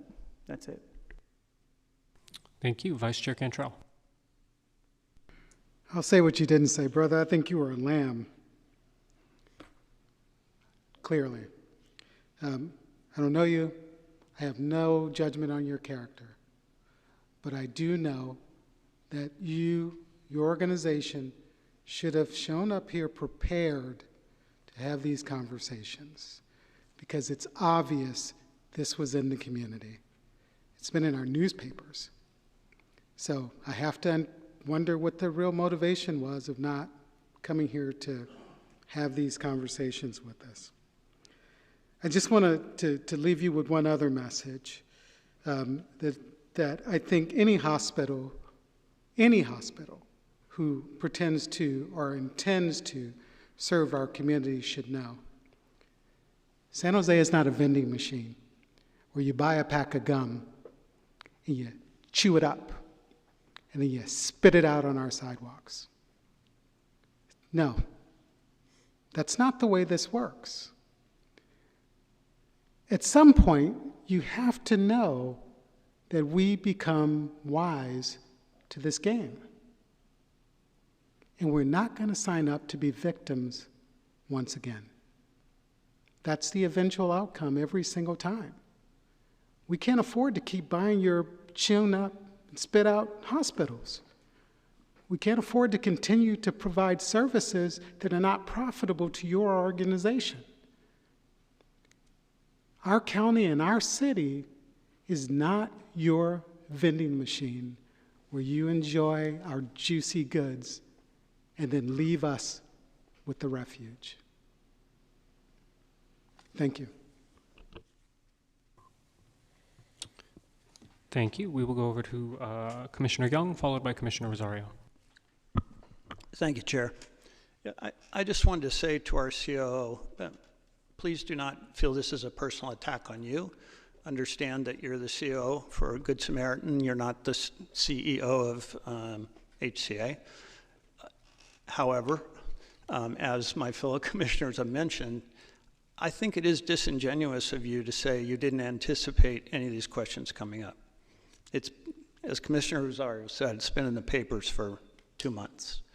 So the fact that, again, not personally on you, but the fact that HCA did not bring higher level staff, whoever that might be, to this hearing is disrespectful, because you guys knew these questions are going to come up. So again, it's this feeling of when us as a city are dealing with HCA, we're not being respected. I think that's what Commissioner Cantrell was saying also. So, and then the other point I want to make is when I'm considering decisions like this, I like to look to who's on one side and who's on the other. And one of my heroes is Jim Bell. Jim Bell used to be a planning commissioner. He used to be a city council member, and then he was a state senator. And Jim Bell is opposed to this. In fact, his quote was, when you look at what they're proposing to increase at Good Samaritan Hospital, it's a type of medicine that makes the most money. And he said he would like to see San Jose halt Good Samaritan's expansion until city officials can study the impacts of HCA's ongoing service cuts in the West Valley and East San Jose hospitals. So That's good enough reason for me. Thank you. Commissioner Rosario. I think what Jim Bill says is kind of funny, you know, pumping the brakes. Sir, again, it's really not personal, but you said that we could have talked about this earlier. I guess, is this something that we should defer so that we have time, so you have time to talk to the city about this?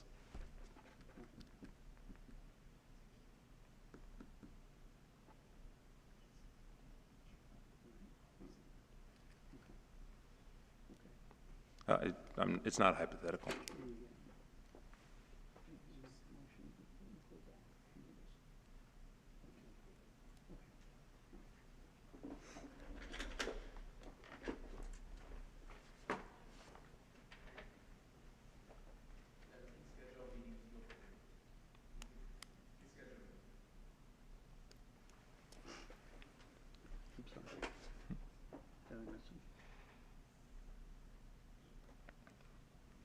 What were you going to say, Chuck? Respectfully, Commissioner, there was ample opportunity to have these conversations many, many times, and to delay this decision with the promise of productive conversation from an organization that consistently shows their disinterest in our community and serving it well would be another disservice to our community to have to sit through this again. I think it's here and now. That's where we are. So you're saying that you think they did have time? Oh, psh. Okay. Yeah, sorry. I would like to make a friendly amendment, if you're open to this. I would like to, with your motion, but then add on that we request that the City Council meet with staff, Good Sam, and HCA to discuss a community benefits plan. Yeah, I'm amenable to that, yes. I don't, yes. Oh, and our attorney, I think, also has some clarifying information that he can add as well. Okay. Yeah, I think it was just looking at the general plan, ES 6.1 and ES 6.3, I think are a little bit more accurate general plan policies. If we're going to, from what I've heard here today, it sounds like what the commission is leaning toward with Commissioner Young's motion is inconsistency with ES 6.1 and ES 6.3. That sounds great to me to include that in the motion. Okay. I'm not sure if I'm in agreement with the friendly amendment. We all know that this organization makes extraordinary profit. And I'm not sure it's a good idea for us to look for them to provide a community benefit outside of health services. That's the benefit that they should have been providing from the very beginning and consistently failed to do. Taking their money is taking blood money, frankly. I don't think that amendment in any way changes the dynamic of this organization and what it does to our community consistently. So I'm not, I don't want to preclude you from making a decision outside of that, but I just don't believe that we can trust that they are interested in serving our community in our medical needs. They're interested in profitability, and they'll figure out how much profit they can give us and still make more. The community benefit is health. Yeah, thank you, Commissioner Cantrell. I think the attorney's intent in including this is just to, and I think. I'm sorry. I'm talking about Rosario's friendly amendment. I am completely in agreement with what you said. Okay. And what the attorney said. Completely in agreement with that. Okay. I'm opposed to adding a friendly amendment that we ask the city council and the planning department to have conversations about other community benefits that they can provide. Because they can write a check that might make banks bounce, but it won't improve the health of our community. So that's my concern. Thank you. Did you have anything else to add, Commissioner Young? No. Okay, we will go over to Commissioner Lardnois. Yeah, I think we might have already moved on from this idea, but I just want to say I don't think we should defer this. I think, particularly because tonight we're acting as an advisory body, we're making a recommendation to the City Council. I don't think it's appropriate for us to defer. I think we should make a decision, and then if City Council feels like there's a need for more time to try and get this to a better place, they can take that action. But I think we should use our advisory role tonight, and that's it. So yeah, if I could just say, with respect, Commissioner Rosario, I think based on Commissioner Cantrell's concerns, I would withdraw your particular amendment. That's fine. Okay. Thank you. Over to Commissioner Oliveira. Thank you, Chair. I just want to thank the staff for continuing to look at this as a land use issue and being professional, and this is what we have. You have to understand that a collective commission is going to have a variety of opinions that are just out of scope on the topic or are non-related to the topic, and they have that flexibility because they can express their personal views even if it has absolutely nothing to do with land use. So I appreciate your staff's focus on the item. I think, I think it's just clear to me that there's a role of a commission and there's a role of a city council. And the comments I've heard tonight are really more of the role of a city council. And again, more than welcome, enjoy your views, pontificate them, be proud about them, and I'm sure everyone is. But at the end of the day, this is a land use issue, and I'm sure when anyone views this meeting, they're going to see the rationale has nothing to do with land use. It's all about people's personal views of a company, which are, everyone has a variety of opinion on a variety of corporations and how they rank in favorability, et cetera. And I also say this really isn't a courtroom, and correct me if I'm wrong, to the attorney, are we a courtroom here? Do we have any quasi-judicial in this matter right here? No, this Okay. is legislative. Great. So then I don't think I have the right to say so-and-so needs to show up, and so-and-so needs to answer this, and so-and-so must disclose information that's not pervy or pertinent to the matter. When I asked Kaiser, how much are you going to spend to build that hospital? They adamantly, absolutely refused. They would not disclose that number, even though when they go do their permits, we're going to tax them for fees based on that cost.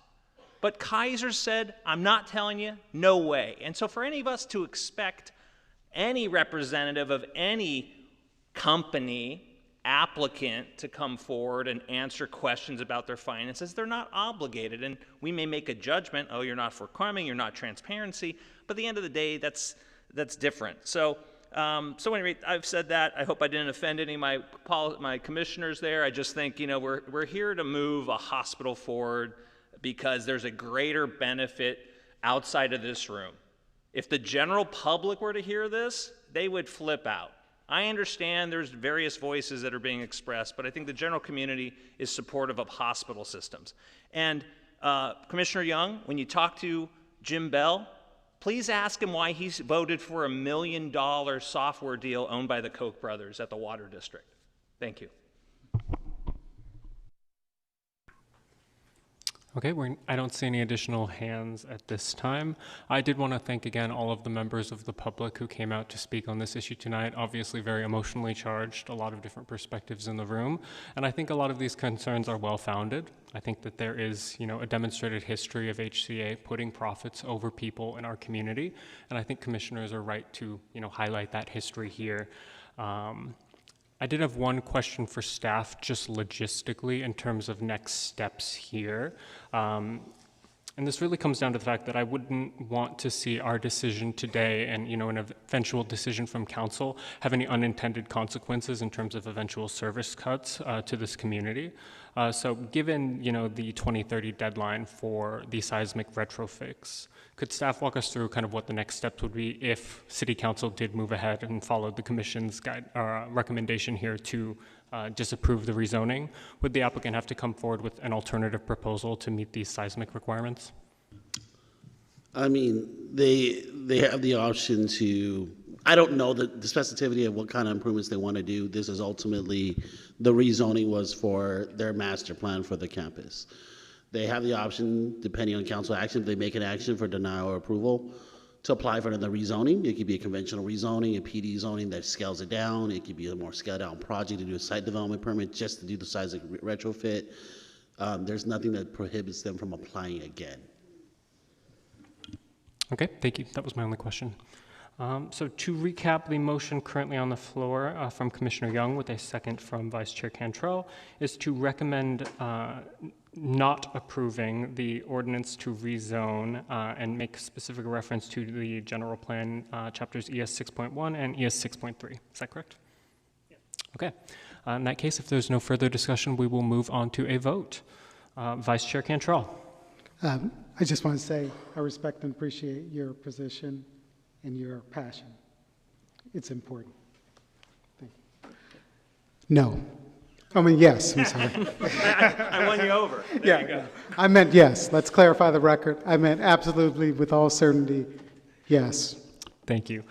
Commissioner Brosio. Yes. Commissioner Bondal. Yes. Commissioner Lardenois. Yes. Commissioner Oliverio. No. Commissioner Rosario. Yes. Commissioner Young. Yes. Myself, yes. That's 7 yes, 1 no, and 1 absence, so the motion passes. Okay, and that concludes tonight's public hearing. Next up on the agenda is referrals from City Council, boards, commissions, and other agencies. Staff, do we have any items on referrals? We do not. Okay, on to good and welfare. Do we have a report from City Council? Yes, we do.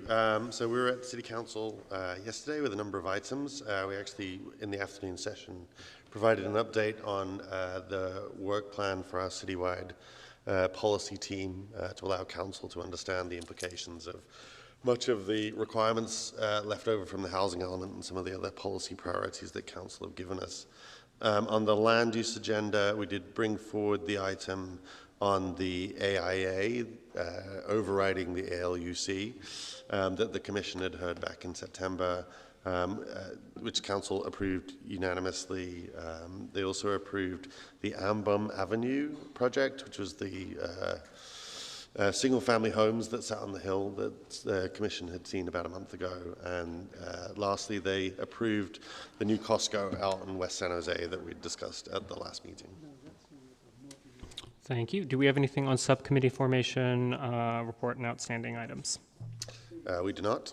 And anything on commission calendar and study sessions? Not at this time. Okay, then as always, we will open. Hold on. Oh, we actually got an email from staff that there will be a study session on December 4th. Is that correct? Or December, maybe I have the exact date wrong. I think that's correct, but I'm going to look at John just to make sure. I didn't get the email, so. I didn't get the email either. I think that is correct, yes. The general plan study session? I think it was Stephanie sent, us an email asking if we were available for it. But Yeah, citywide might have asked for a study session on the general plan updates or the status. Yeah. So we'll include additional information on what we'll cover, and I think there's an opportunity to discuss that as well. Sounds good. Thank you. Then, as always, we will open the floor to public record for any questions or comments from commissioners. Commissioner Brosio. Yes, quick question. Is there a plan to fill the 2 vacancies? And how's that going? So absolutely. So it's something that we've mentioned to the appropriate City Council members who are responsible for filling those 2 seats. It's something I'll bring up with them again and note that the Commission had noted the absences. Are they, maybe because the districts that aren't currently represented here are in an election cycle. Is that the reason? We're just waiting for the new? So one of them is, but, yeah, so one is, one isn't. That's a city council. Yeah. Okay. Oh, it's 10, it's 10. 7 and 10. Commissioner Borosio, to answer your question, the District 10 council member could appoint someone right now. Right, but maybe out of respect, they want to see if they're going to stay in the seat, and they're like, you know what, I'm not going to pick my guy or lady or person, and just maybe waiting. But anyways. You'd have to ask them yourself. I just was curious. Thank you. Any other questions or comments for the public record? If not, that brings us to the end of tonight's agenda, and we will adjourn at 10:05 p.m. Thank you, everyone.